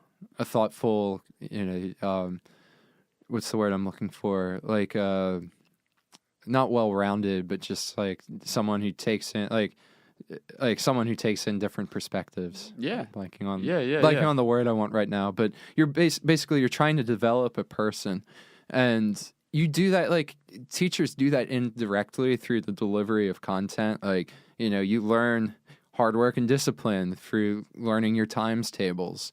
But it's like, again, what we're measuring the success of institutions based on content rather than the development of people. Yeah. And I think a huge part of this, too, which we haven't touched on at all, is that in generations past, like our parents' generation and their parents' generation, a lot of the skills that we're talking about here, they were taught in the household. So it's like there was an expectation on the household and then the community. Like, you learned these certain skills and sort of life, like street smarts, essentially. You learned, how to act in public, how to talk to adults, how to deal with money. Like, these are all things that it was sort of expected to learn this in the house, and then school was meant just for the book learning.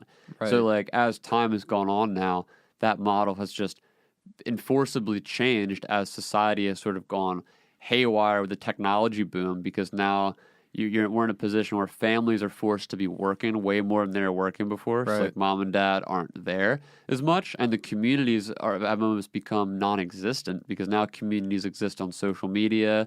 Like, you don't even have to know your neighbor. Like, I just had two new neighbors move in. Like, I don't even know when they moved in because they don't have cars, so I don't even know they lived there. And I saw the one guy, and he's been there for at least a week or so. And it was like the interaction I had with this guy was he didn't want anything to do with me. And like I'm hoping that can sort of be remedied. Every time I try to introduce myself to him, and it was just this interaction like, you know, I'm here, you're here, but that's all it needs to be. Like, we don't need to be friends. And like I think that's the case in a lot of the the context across the Western culture, where it's like as society continues to advance technologically, like community moves into networking online, and a lot of these lessons that were expected to be taught through communal and parenting methods are now pushed into the education system forcibly, and teachers aren't prepared to teach those subjects. So then it becomes a teacher, like the way you talk about this is a way I think, like in your school, maybe you have a lot of fellow teachers who think like you in this way, but I feel like we're very fortunate to be in a place where not only do people think generally in the same direction, but it's a bunch of people who really do care. And that's a unique position. Right, because it is a job. Like teaching's a job, it's a paycheck, and it's like it's real easy, like, you know, to get complacent as you get older. And like also when you're in a system that's not working well and it's your job and that's your career, and like hey, you know, it's time to punch in. And and I think to the credit of most, like, I'm not trying to say like you're on a higher platform than just the average teacher, but I am saying that I think to the credit of teachers as an occupation as a whole, you have not in every case, obviously there's bad teachers and there's bad people that get into teaching, but I think as a whole, when you look at the occupation comparatively to other occupations, teaching is filled with some really philanthropic how would you say philanthropic, yeah, thank you, Mike. Is it philanthropic? I don't know. But any listeners would understand what I'm saying. But it's filled with people who really are trying to make a change and do good, because they're literally teaching. So, I mean, you can have bad teachers. They do exist. But I think in a lot of these situations, especially older people, like if you're in your 40s, like right now, or 50s right now, and you're moving into like a tenured position in your college, or not even tenured, but if you're at a high school or whatever, and you've just been teaching in this school for decades, maybe you haven't lost your passion for teaching and learning and all that, but you probably have become stagnant in your strategy and essentially and how you're doing it. So it's not like teachers are these bad people that can't adapt. It's more that I think teachers in most cases are really good people doing good work. They just don't have the tools themselves to really jump ahead of this 8-ball that we're constantly trailing behind. Like, as an example, you're fascinated by futurism, you're fascinated by AI, you're fascinated by innovation. These are things that as you grow older, and you're also single. So it's like that's a huge part of it. Like, as you grow older, teachers who are like married, have kids and stuff, and that becomes such a big part of their lives that they don't have the time or the energy to focus on these new and evolving things that really, because the wheels keep turning. Yeah, I keep trying to remind myself that, because it's like, you know, there's so many things that I'm interested in, and I have like I have my hands in many different pots, like passion wise, but like, you know, I keep thinking like I'm never gonna have as much time as I do now. Yep. Right now, this moment is all you. This moment is like this is it. There's no foreseeable, like, I mean, I love where I am right now, but like the idea of like having a family and kids, like I want to have a lot of kids. Yeah. And like that's like, you know, God willing, that's going to happen at some point. And I just like, it's not impossible though. It's really not. I mean, I think you brought up Joe Rogan earlier. I mean,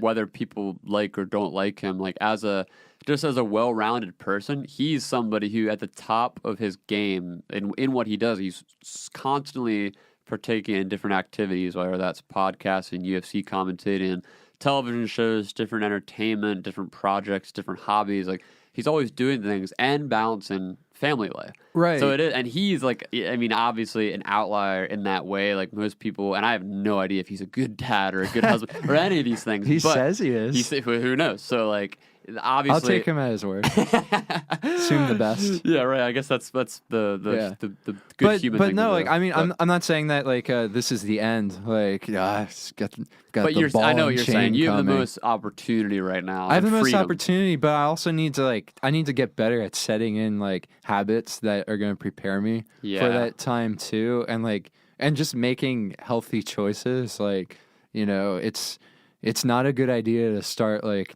painting a picture at like 12:30 in the morning. Yeah. Like that's a bad idea. In the future, you won't be able to do that. No, Like, I that won't be an option. That won't be an option because then I'm like, making people close to me suffer by my like grumpy I didn't sleep yesterday attitude. And a lot of that too, I think, comes with just being a well-rounded, healthy, emotionally intelligent person. Because I know there's a lot of people in my life, at least, that I look at, and there's certain people that get swept up into life as they become an adult. Like maybe they get pregnant early on, like maybe they get married just really really young, or maybe they didn't go to college, or maybe they dropped out of college and jumped into a certain career field. Now they're stuck. Like there's all these sort of pitfalls that you can easily slip into as a young adult, and honestly, like even on top of all that, the most simple one is getting into a bad relationship. I mean, it seems like nowadays it's so easy, like it's at your fingertips. Everything, like you have Tinder, you have online dating, like you have all these tools that, like, at their best are amazing tools, obviously, and they do so much good. But then at their worst, they sort of perpetuate like the most toxic features of relationships and people. So like as people, like if you're a good, well-rounded person and then you get into a bad relationship, that can just derail you for the rest of your life. Because then if you knock that person up or get knocked up, or if you just say, oh, this is a toxic relationship, but I'm going to see it through, and you get married to them, all of a sudden now all this time and all this freedom for possibilities is put down the drain. Like how many people, like I know, and I don't know a ton, like at a close level, like not a close relational level, but there's so many people like that I went to school with or that I knew years ago, and they are just dreamers, people with great ideas, like things they wanted to do, talented musicians, talented writers, talented whatever. Then they got married and just now they don't do anything. And it's not that there's anything, I'm not saying that there's anything wrong with wanting to settle into a family and focus on that. In fact, I think that's admirable and really cool. But I think that there's a healthy perspective as someone who's an innovator or an artist or whatever, that there are ways to get into these healthy relationships where you can balance it. Because you see it all the time. And like it's so annoying when people, especially young people, look at it so pessimistically, like, oh yeah, like once you get married, like you're done, man. Like you can't do anything cool. You got no time. It's like that is such bullshit. Like it really is. I mean, there's so it all depends about who you are, what you're doing, who your partner is. Like there's so many factors involved. And I think if you're a healthy, well-rounded person, I think when you're a healthy, well-rounded person, like having a family becomes a constraint, like a creative constraint. Yeah. And it forces you to focus your efforts more cleanly. I think it also which I would argue is good. Right. No, I'm saying it's a good thing. It's a healthy constraint. And it's it helps you to what's the word? Like focus your energies. No, not just focus, but it helps you to avoid like the law of diminishing returns. Right, like I think a lot of times you can just put too much into something. Like you can overdo something. Some things are meant to just be the way they are. Like you make like a music project your life, and then it fails miserably, and now you have failed miserably, and your life is over. Whereas when you have a family, like that becomes sort of like your North Star, like your central focusing point, so that all the projects that you bring into your life surrounding that, when they go wrong, or like you two steps or one step forward, two steps back, it's way less of a destructive pattern that evolves after that. Oh, sure. Yeah. I didn't think of it from that perspective. Oh, my bad. No, that's okay. Yours was better. No, yours was better. Yours was better. I'll admit it. Get out of here. Yeah, but that's.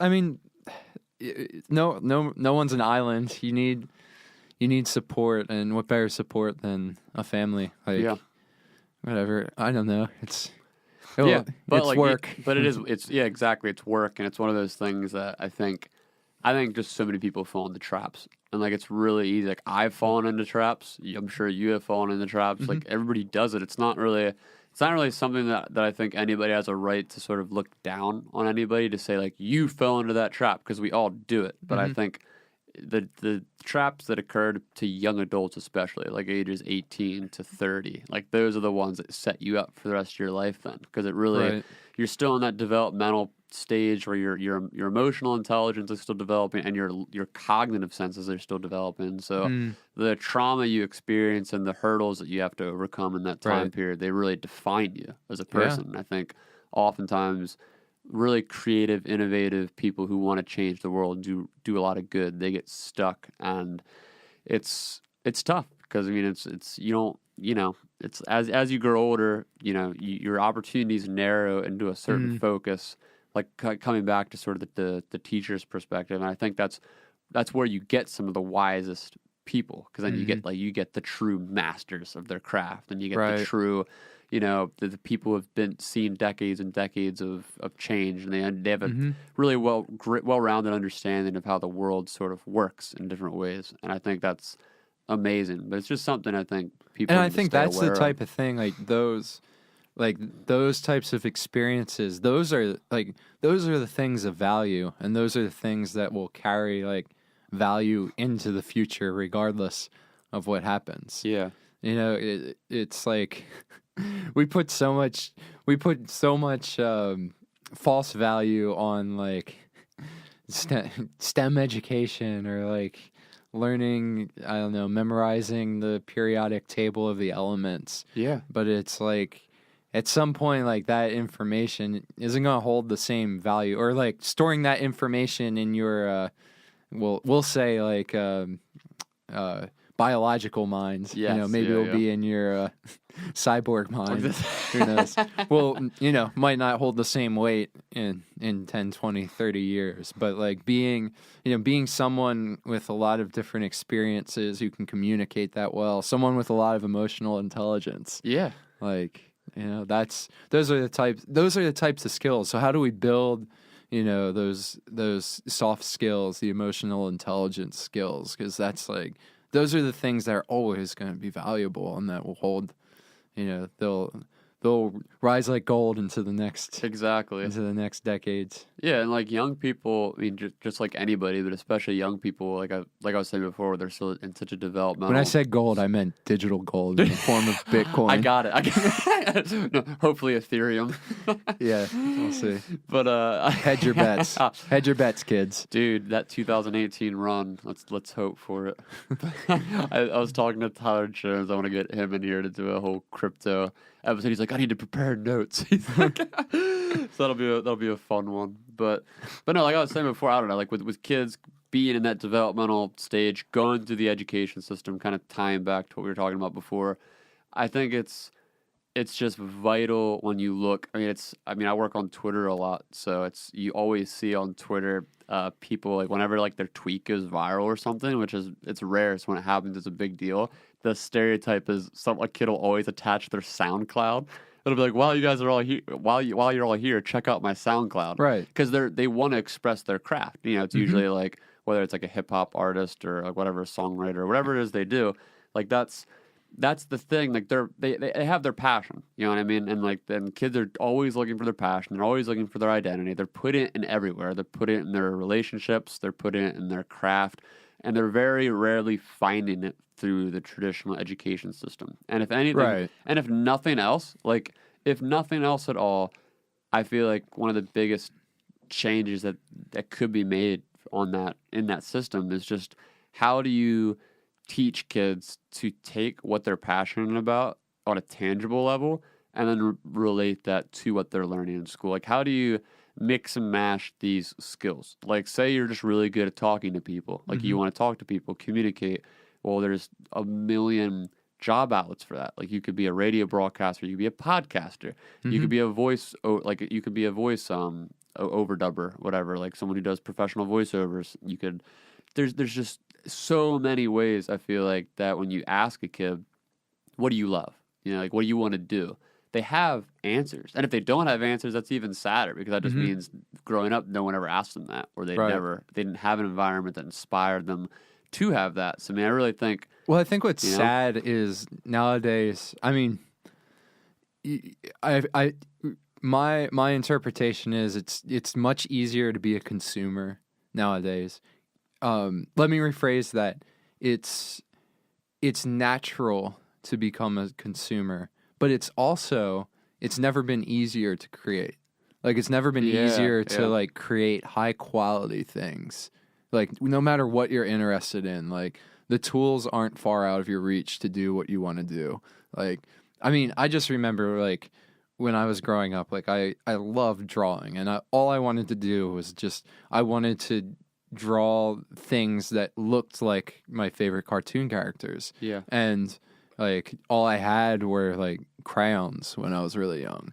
And, you know, you can only get so defined and like professional looking with like a set of Crayolas. Like, it's not going to look right. Like, you're going to be disappointed. Nope. Yeah. And it was like, you know, I wanted access to like the same tools that like the people who were creating the things that inspired me had. Like, you know, when I'm reading like Calvin and Hobbes, like, I want my drawings to look like Bill Walterson's drawings. Yeah. But you know, the tools aren't always there. Like, the skills is one thing. Like, you can develop the skills, but like, I didn't always have access to the tools that I needed. But it's like nowadays, like, especially in digital, like, where a lot of the content is that you're consuming is digitally created. Like, you can create at that same professional level.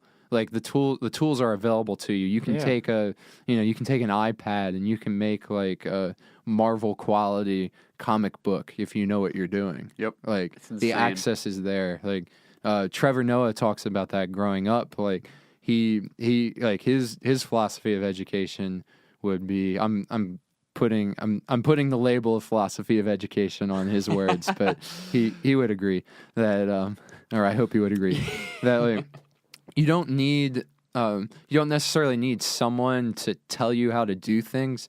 You need access to the materials that you need access to the resources to do what you want to do. Yep. And in his case, like, before he was a comedian, he was a DJ, and through happenstance, he had access to like the equipment that he needed to become a DJ. And he had a personal computer at a time when, like, you know, in the townships in South Africa, it wasn't easy to find a personal computer. And he's able to use that to craft his skills as a DJ.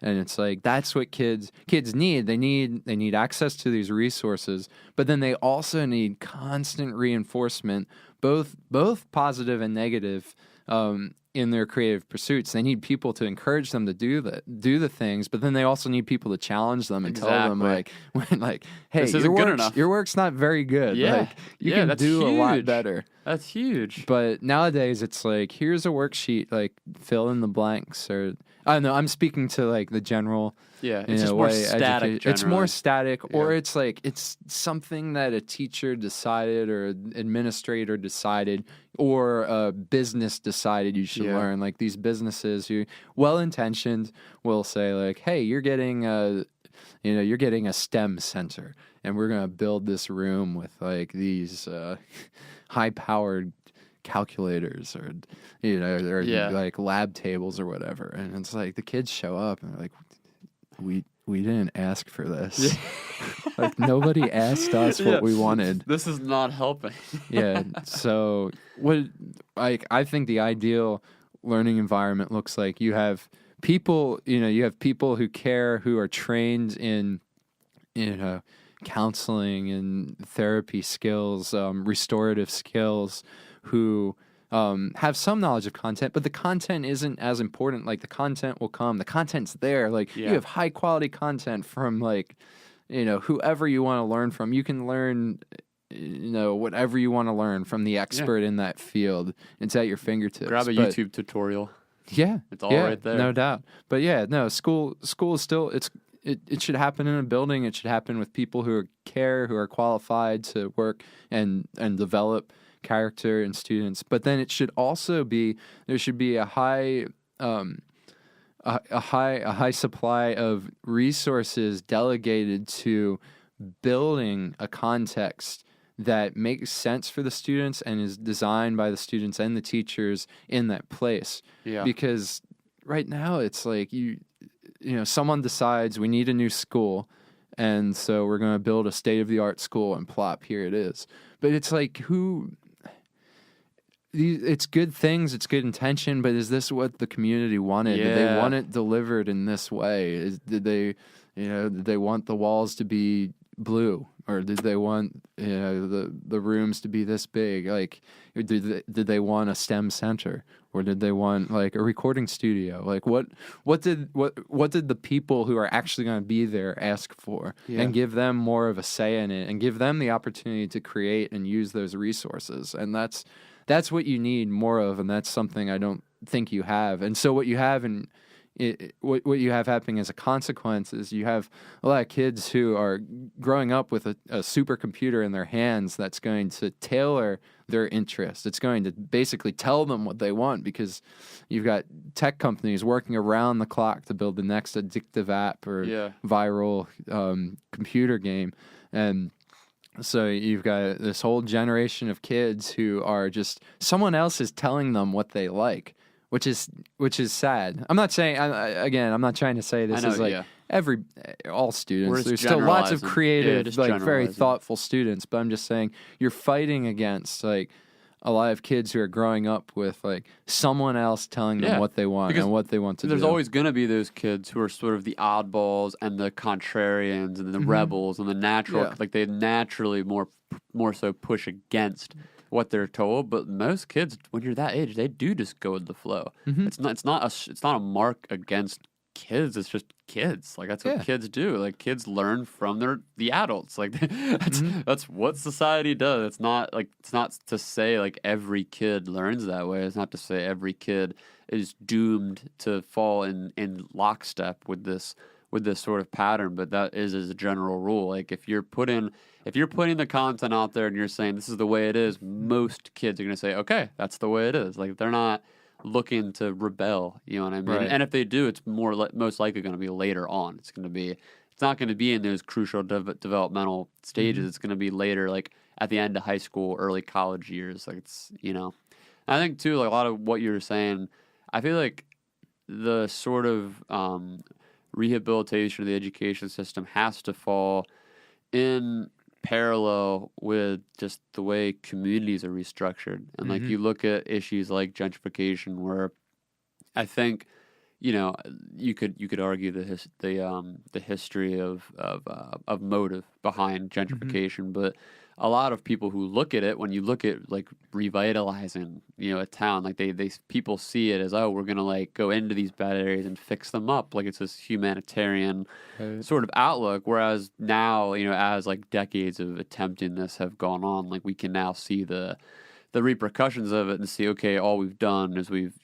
pushed these communities into more into the outskirts and into these more narrow, like close poor areas, and then like the rich areas get richer, the poor areas get poorer. Like it's not this melting pot, which I think a lot of people assumed would happen, like when you started to rebuild these communities.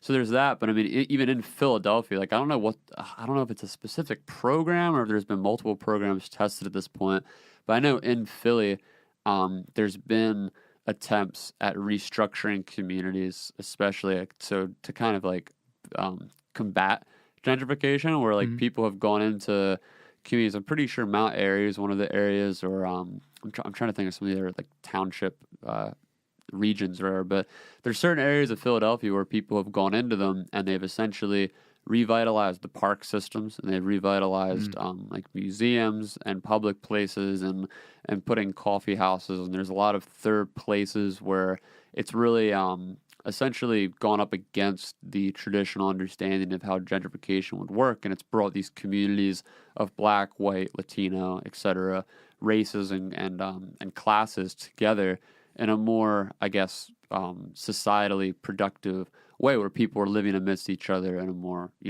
like healthy, cool way. Whereas, and I think that as we talk about the restructuring of education, like that's a huge part, because I mean there's a guy, his name's Johan Hari, he's doing a book tour right now. He's gone around a bunch of podcasts, and he wrote this book called Chasing the Scream a few years ago, which was about changing the conversation on addiction. And his new book is a similar concept on changing the conversation on depression. And he goes back a lot of what his studies have the studies he's done are a lot of new takes on old studies, where he gets groups of scientists together or finds groups of scientists that have already done these studies who go into, like, the one famous one that he did, which was I'm not sure when it was done. It might have been the 50s, the 60s, where they did a test on lab rats to test on the effects of addiction with opiates. So they had, like, taken a lab rat and put it in a cage,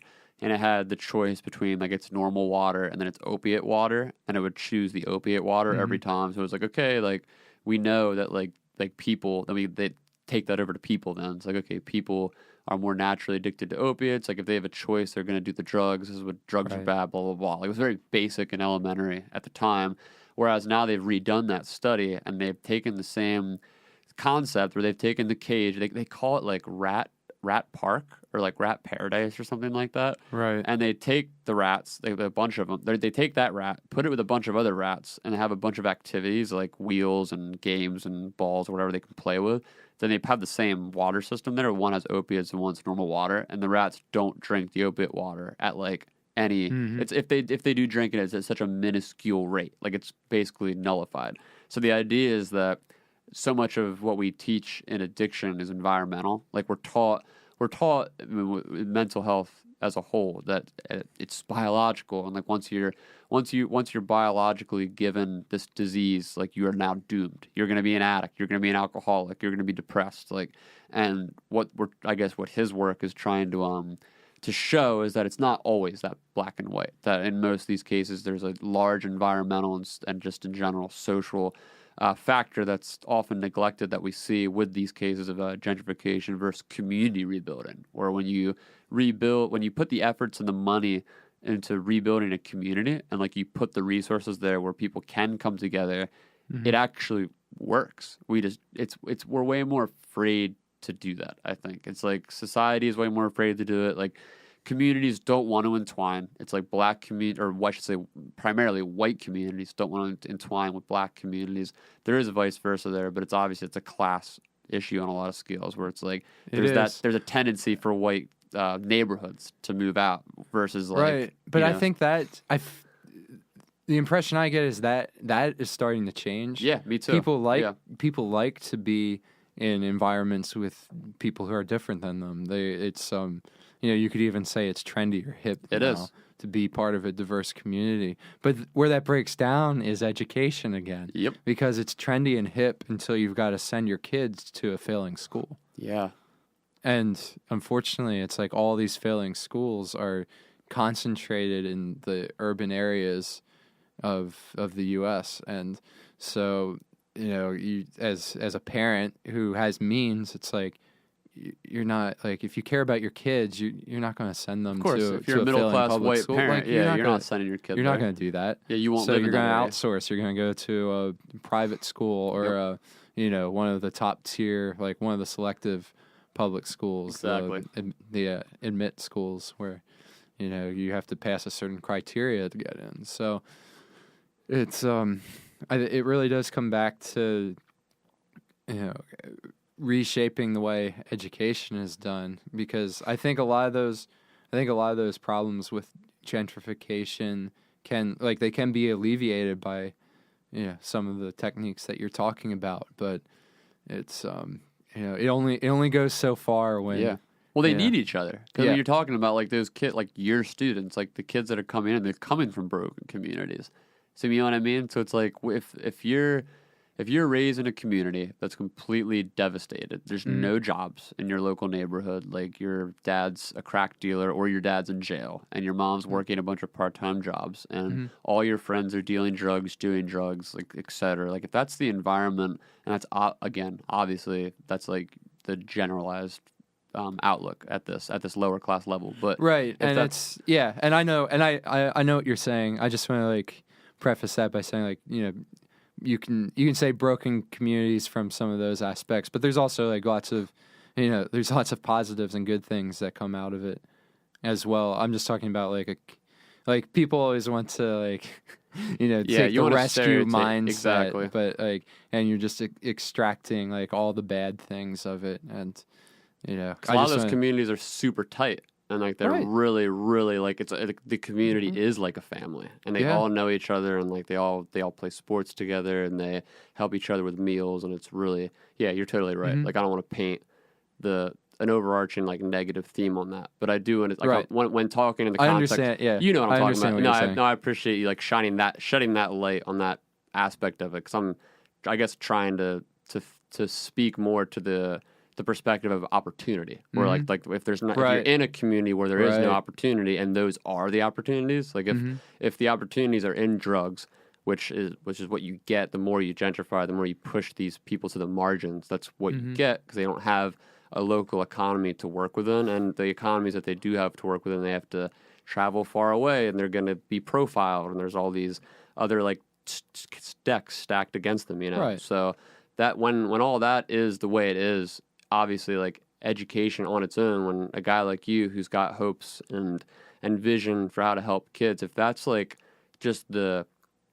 outlook that these kids have as a general rule, like if they don't see the opportunity, they don't see the outward like hope, I guess is what I'm saying. Like you need the two to work together. Like you need the communities to be rebuilding. You need the state and the cities to actually put the funding into rebuilding those communities and bringing the different classes and the races together to work together. And then you need the funding and education to go into a more, I guess, streamlined, productive way to push these kids into a field that actually has tangible results for their career. You know what I mean? Yeah. Versus just putting numbers and, like we've been saying, content in front of them. Right. That all sounds very nice, Nathan. Yeah. Wouldn't that be a pipe dream? Yeah, that's like a hopeful futurism, but more hopeful than I'm used to. Yeah, well, it just doesn't. Well, because you see the money. I mean, when you watch the money come into these settings, you realize just how far off the mark it is. From getting to where we need to get. Yeah, well, people get wrapped up in the concepts, and you have a lot of people who study these issues in depth, and they propose solutions, but it comes back to Dewey, an educational philosopher. Like he always says, like, education is a social problem. It's something that needs to be approached from a social perspective, and you need people with emotional intelligence who really know the people who are involved, because like you can't make any progress until you actually know the people and know the context that you're trying to, as they're all different, and it's all and I think the other problem is like the quote I've heard before is like every complex problem has a solution that's clear, simple, and wrong. And it's like that's a great quote. Yeah, it's and it's so true in the context of education, because it just seems like there's clear, simple answers to this. Like, just give better curriculum and make the kids do it. Just make them do it. Make them comply. And if they don't comply, we'll punish them. Yeah. Or then you have the other side that's just like, all right, just like let them do what they want to do. But there's also not, there's no buy-in. It's just like, we're going to start a school and we're just, you get a computer and you're going to do things on your computer and like do technology stuff. And like, but there's no real buy-in. There's no investment. Like, people who make addictive apps know that like to get a consumer to really engage, you need them to invest something. And like, sometimes that's money. Like you download like one of those, free apps, but then it's like to keep playing, you've got to pay some money, and then once you've paid, once you bought a new shield, you're not going to stop. Like, I've already invested money in this. Yeah. But it's like it's same for education. Like, you need more of an investment. Otherwise, it's not going to mean anything to you. It's just like, this is a place that I have to go to, and I have to learn these things. And if I don't do it, then someone's going to punish me for it, or I don't know. It's just the whole philosophy behind it needs to be adjusted, and I believe that it's hopeless right now. Like, the way things stand, it's hopeless for things to really change. Mm-hmm. Like, I think you can experiment and you can find like little successes, but for things to really change on a large scale, and that's where my interest in futurism comes in, is I think the workplace changing and just like society changing because of, the job market just being turned on its head is gonna, that is what's going to, make things change. Not us coming up with some like new cool educational philosophy. Exactly, because that's just rearranging the furniture. Yeah. We could talk all day about new systems of being, but those systems just become the old systems in a couple of years. That's just how systems work. Right. I mean, everything you just said applies to what I do. I mean, working in marketing, it's like I went to a conference a couple months ago, which is a huge conference called Social Media World's Conference. It's in San Diego. Like 5,000 people are there, and San Diego, baby. But the whole thing, it's based upon, like, there's millions and millions of dollars put into this thing. You have all these huge names, these big speakers that come in. There's a bunch of the panels and talks, and people are taking notes, and everybody there, they either work at an agency or a marketing firm or whatever, or they're an entrepreneur trying to figure stuff out. Right. And everything, I shouldn't say everything, because there are some true innovators that I met and saw that really did spark some of the good juice like that we're talking about here. But the overwhelming majority of what was the content that was given there was just that. It was content. It was literally like teaching a classroom of students. It was them talking at you. It was basically saying, oh, you want to become successful at Google AdWords or Facebook marketing, or whatever, or being a brand on Twitter. Yeah. This is what you have to do. And all of it is so just detached, and it's so, like you said, it's a simple solution to a complex problem, because that's what sells. And that's what generally, like, it goes back to the Tony Robbins methodology. It's like, it's this sort of, people need motivation. People need simplicity. Yeah. Like, they don't want to put the time and the nuance into the actual solutions that will uproot everything. Like, they just want to be told what to do. And when they're told what to do, they get to pass it on. Like, I'm talking about career now, so like outside of education, but it's still education, because a lot of these people are getting paid by their employer to get notes and stuff from this this new cutting edge conference. So it's like the same exact thing. It's like you get what you thought you needed, you bring it back to your workplace, you share it with your boss, your coworkers, and now nothing really changes. Like, the system in place isn't changing. Like, you've literally rearranged some things, and you're probably not going to be, if you are any more successful, it's probably not going to be because of anything you learned there. It's probably just going to be because for like a moment you have the high. You're on fire from the actual, like, it's like a retreat. It's like a meditation retreat or whatever. It's like people get a high from going to these group activities and feeling like they're part of a tribe, and then you come back and then implement these like good big ideas, and if anything, it just sort of motivates the group to sort of rearrange some stuff, but it doesn't change anything. Like, if you want to change it, you need a guy like Elon Musk to come in and just blast an industry, and then all of a sudden it forces everybody to change. Like, like with AI, it's like you need something to come in and force all the pieces from the top to the bottom to move. Because, like, if anything else that we can sit here all day and talk about, I think this is the solution, like, the money needs to go here, but all of that's doing is just rearranging the furniture. Like, it's just going to be more of the same. Even if it changes for a year, it'll just go right back. Right. It's really you need complex solutions for these complex problems. And it's something, when it comes down to money, when it comes down to people's careers and the constant turning wheels of capitalism, it's like, this is something that the real solutions aren't heard in an economic to set in, you know, Right. because like they aren't pragmatic. Like it's like any real change. Like when you talk about changes cultures make, just in general, it's like anytime a culture goes through any substantial shift, like through whatever it is, like enlightenment or whatever, there's always tragedy, there's always revolution, there's always famine, there's always some, you know, burning of the heretics. There's a craziness and a chaos that comes anytime you want to uproot something, and that's what we're all avoiding. That's what all the executives, the CEOs, the people with the money, the bankers, everybody, even the teachers, like everybody's avoiding this because we know when it comes, there's only going to be a few people like the Elon Musks, like the tech people. There's only going to be a few of us that really have the tools and the general understanding to sort of ride the wave, whereas a lot of people are going to get swept off their surfboard. Yeah, well, that's the negative view. I still would argue that there's a lot of opportunity for that not to happen, and for a lot of people to really benefit from this. Yeah.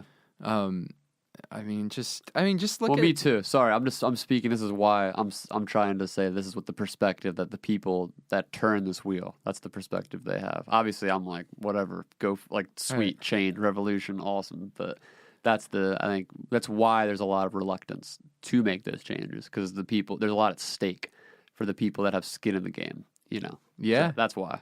Yeah, there's a lot. I'm more hopeful too. Sorry. Oh no, I'm not attacking you. It is easy to. Nate, we're in this together. When the revolution comes, side. we're gonna be. I'll call you. Yeah. We can. I'm on your side until like a solar flare hits the atmosphere and knocks out our electricity. Dude, and, like, even then, you can come. I'll have canned food. It'll be fine. You can come over. I'll have a shotgun. I'll take all your You can food. kill me and my family. Too soon. Too soon. Too soon. After watching A Quiet Place. Oh man, stop! That was so good. One of my favorite movies in recent memory. I saw it. I saw it in a packed theater, and at one point in the movie, someone in the audience got up to go to the bathroom, and they like tripped down the stairs and made a loud noise, and like the entire theater gasped and looked at them. But the best part was the person who like kind of fell. When the audience looked at them, they struggled to recover and made more noise, and like the person who fell, the reaction was like, oh no, like I've awoken the creature, like we are all gonna die now. Yeah. And then there's like this moment where like in the movie, like and then we were taken out of the movie and we're like, no wait, he just fell. It's fine. He fell. It's okay. Then we all went back to the movie. Oh, such a good movie. Wow, that's hilarious. I'm sorry, like I just can't get over Jim I know getting slaughtered at the end. Stop! Spoiler alert! Shoot. Spoiler alert! I mean, getting awarded. Honestly, dude, getting awarded. I'm all about spoiler alerts when it's like the first week of a movie. Anything after that, I'm like, screw off. I didn't even know it was in theaters anymore. Yeah, exactly. I'm sorry, but like there's always that person who's like, it's a month or like 2 weeks after an episode of a show airs. They're like, spoilers. It's like, dude, the episode was 2 weeks ago. What are we, like 4 hours into this? Yeah. If you made it this far and that is your biggest problem with this, then so late. Oh man. I feel like when you're like a big name, like I'll listen to podcasts that are like 3 hours long when it's like no one's gonna listen to this. I don't know. For 3 hours. If anyone listens to this and it makes it to this point, you need to DM me on Twitter. I will mail you Steakum coupons. How many? 2. $10 worth of That's $10 worth. If anyone of makes it, and wait, there's gotta be a cutoff date, because I don't. What if this podcast takes off in a month and then everybody comes back and listens to this and it's like, give me my coupons. The cutoff date is June 15th. Totally arbitrary date that I just picked out of my head. So by June 15th, if anyone makes it to this point, you can DM me on Twitter. 2018 in the year of our yes, Lord. 2018, because God knows this podcast will get archived and people will look back at how stupid these two idiots sounded in 2018 trying to... Well, just think, everyone in our family from this point on will likely have the ability to listen to this. Oh So my like God, it's we're so talking about weird. like our kids, our grandkids, great grandkids. Yeah. Like As long as there's no like grid, what do you call it? Like the grid doesn't get knocked out, which I don't think it will, because everything's underground. Unless, I guess it's possible, but who knows? yeah, Who knows? Who knows? But as long as the grid stays Who knows where the up, Googles are keeping all their information these seriously, days? seriously, who does know? Who knows? Hopefully, dude, I hope this stuff stays around. Even if this is a recording where like grandkids or whatever look back and it's like that grandpa was an idiot. Like I want that. Yeah. Because of course you want that. Like it's just I was talking to Nelson, our friend Nelson, about this the other day. It's like so much of how we look at our own parents and their parents. Like you look at them through the lens of their failures, and it's like as when you're young, you think, oh, mom and dad are the worst because of these reasons. But you get older and you think. That's how you learn. You learn through all they were grown-up children problem solving the best they could, which is all we're doing now. We're just a bunch of older dummies trying to grasp these complex topics that we just scratch the surface on the best we can, and that's it. You pass it on. Let it be known that Nathan Allebach is using GarageBand and the stock compression tool to record this podcast. So this can only get better from here. Serious, this is ground level. How dare you expose me? Mike just like peered over at the laptops. Like, what are we looking at? What are we using? Yeah, I don't even have logic. This is the ground level of podcasting. You gotta start somewhere. It's like when the Beatles were like playing Squires and Epiphones. Yeah, that's us. This is my Squire. Or whatever the Epiphone was of oh shoot! The Squire of Epiphone? No. I was thinking of Rickenbacker. What's Rickenbacker's Squire? I have no idea. I'm such a dummy when it comes to music. Yeah, who knows? Hey, let's talk about sports before we go. Okay. Because that's how you know. That's how you know the podcast is done. That should be it. That should be like your thing. Like instead of like talking about something serious or spiritual, it's like we talk about sports. It's like you do a whole episode on something like the future of education that just ends like, so the Eagles. Yeah, we really fizzled out there. Yeah, we did. I think that's how, the first few of these are just gonna go. Yeah. Okay, perfect. EAGLES. Eagles. You can just do that anywhere now. Yeah. And people will respond. I'll put that in the intro to this podcast. That'll be like the soundbite. Just that with some music so you behind can guarantee no one will make it to this point in the podcast. Definitely. Dude, well, thanks for hanging out and like dropping those knowledge bombs and for conversing about very important topics that aren't conversed about enough. Of course. It's my pleasure. It was awesome. All right, everybody. Peace. Keep it crispy.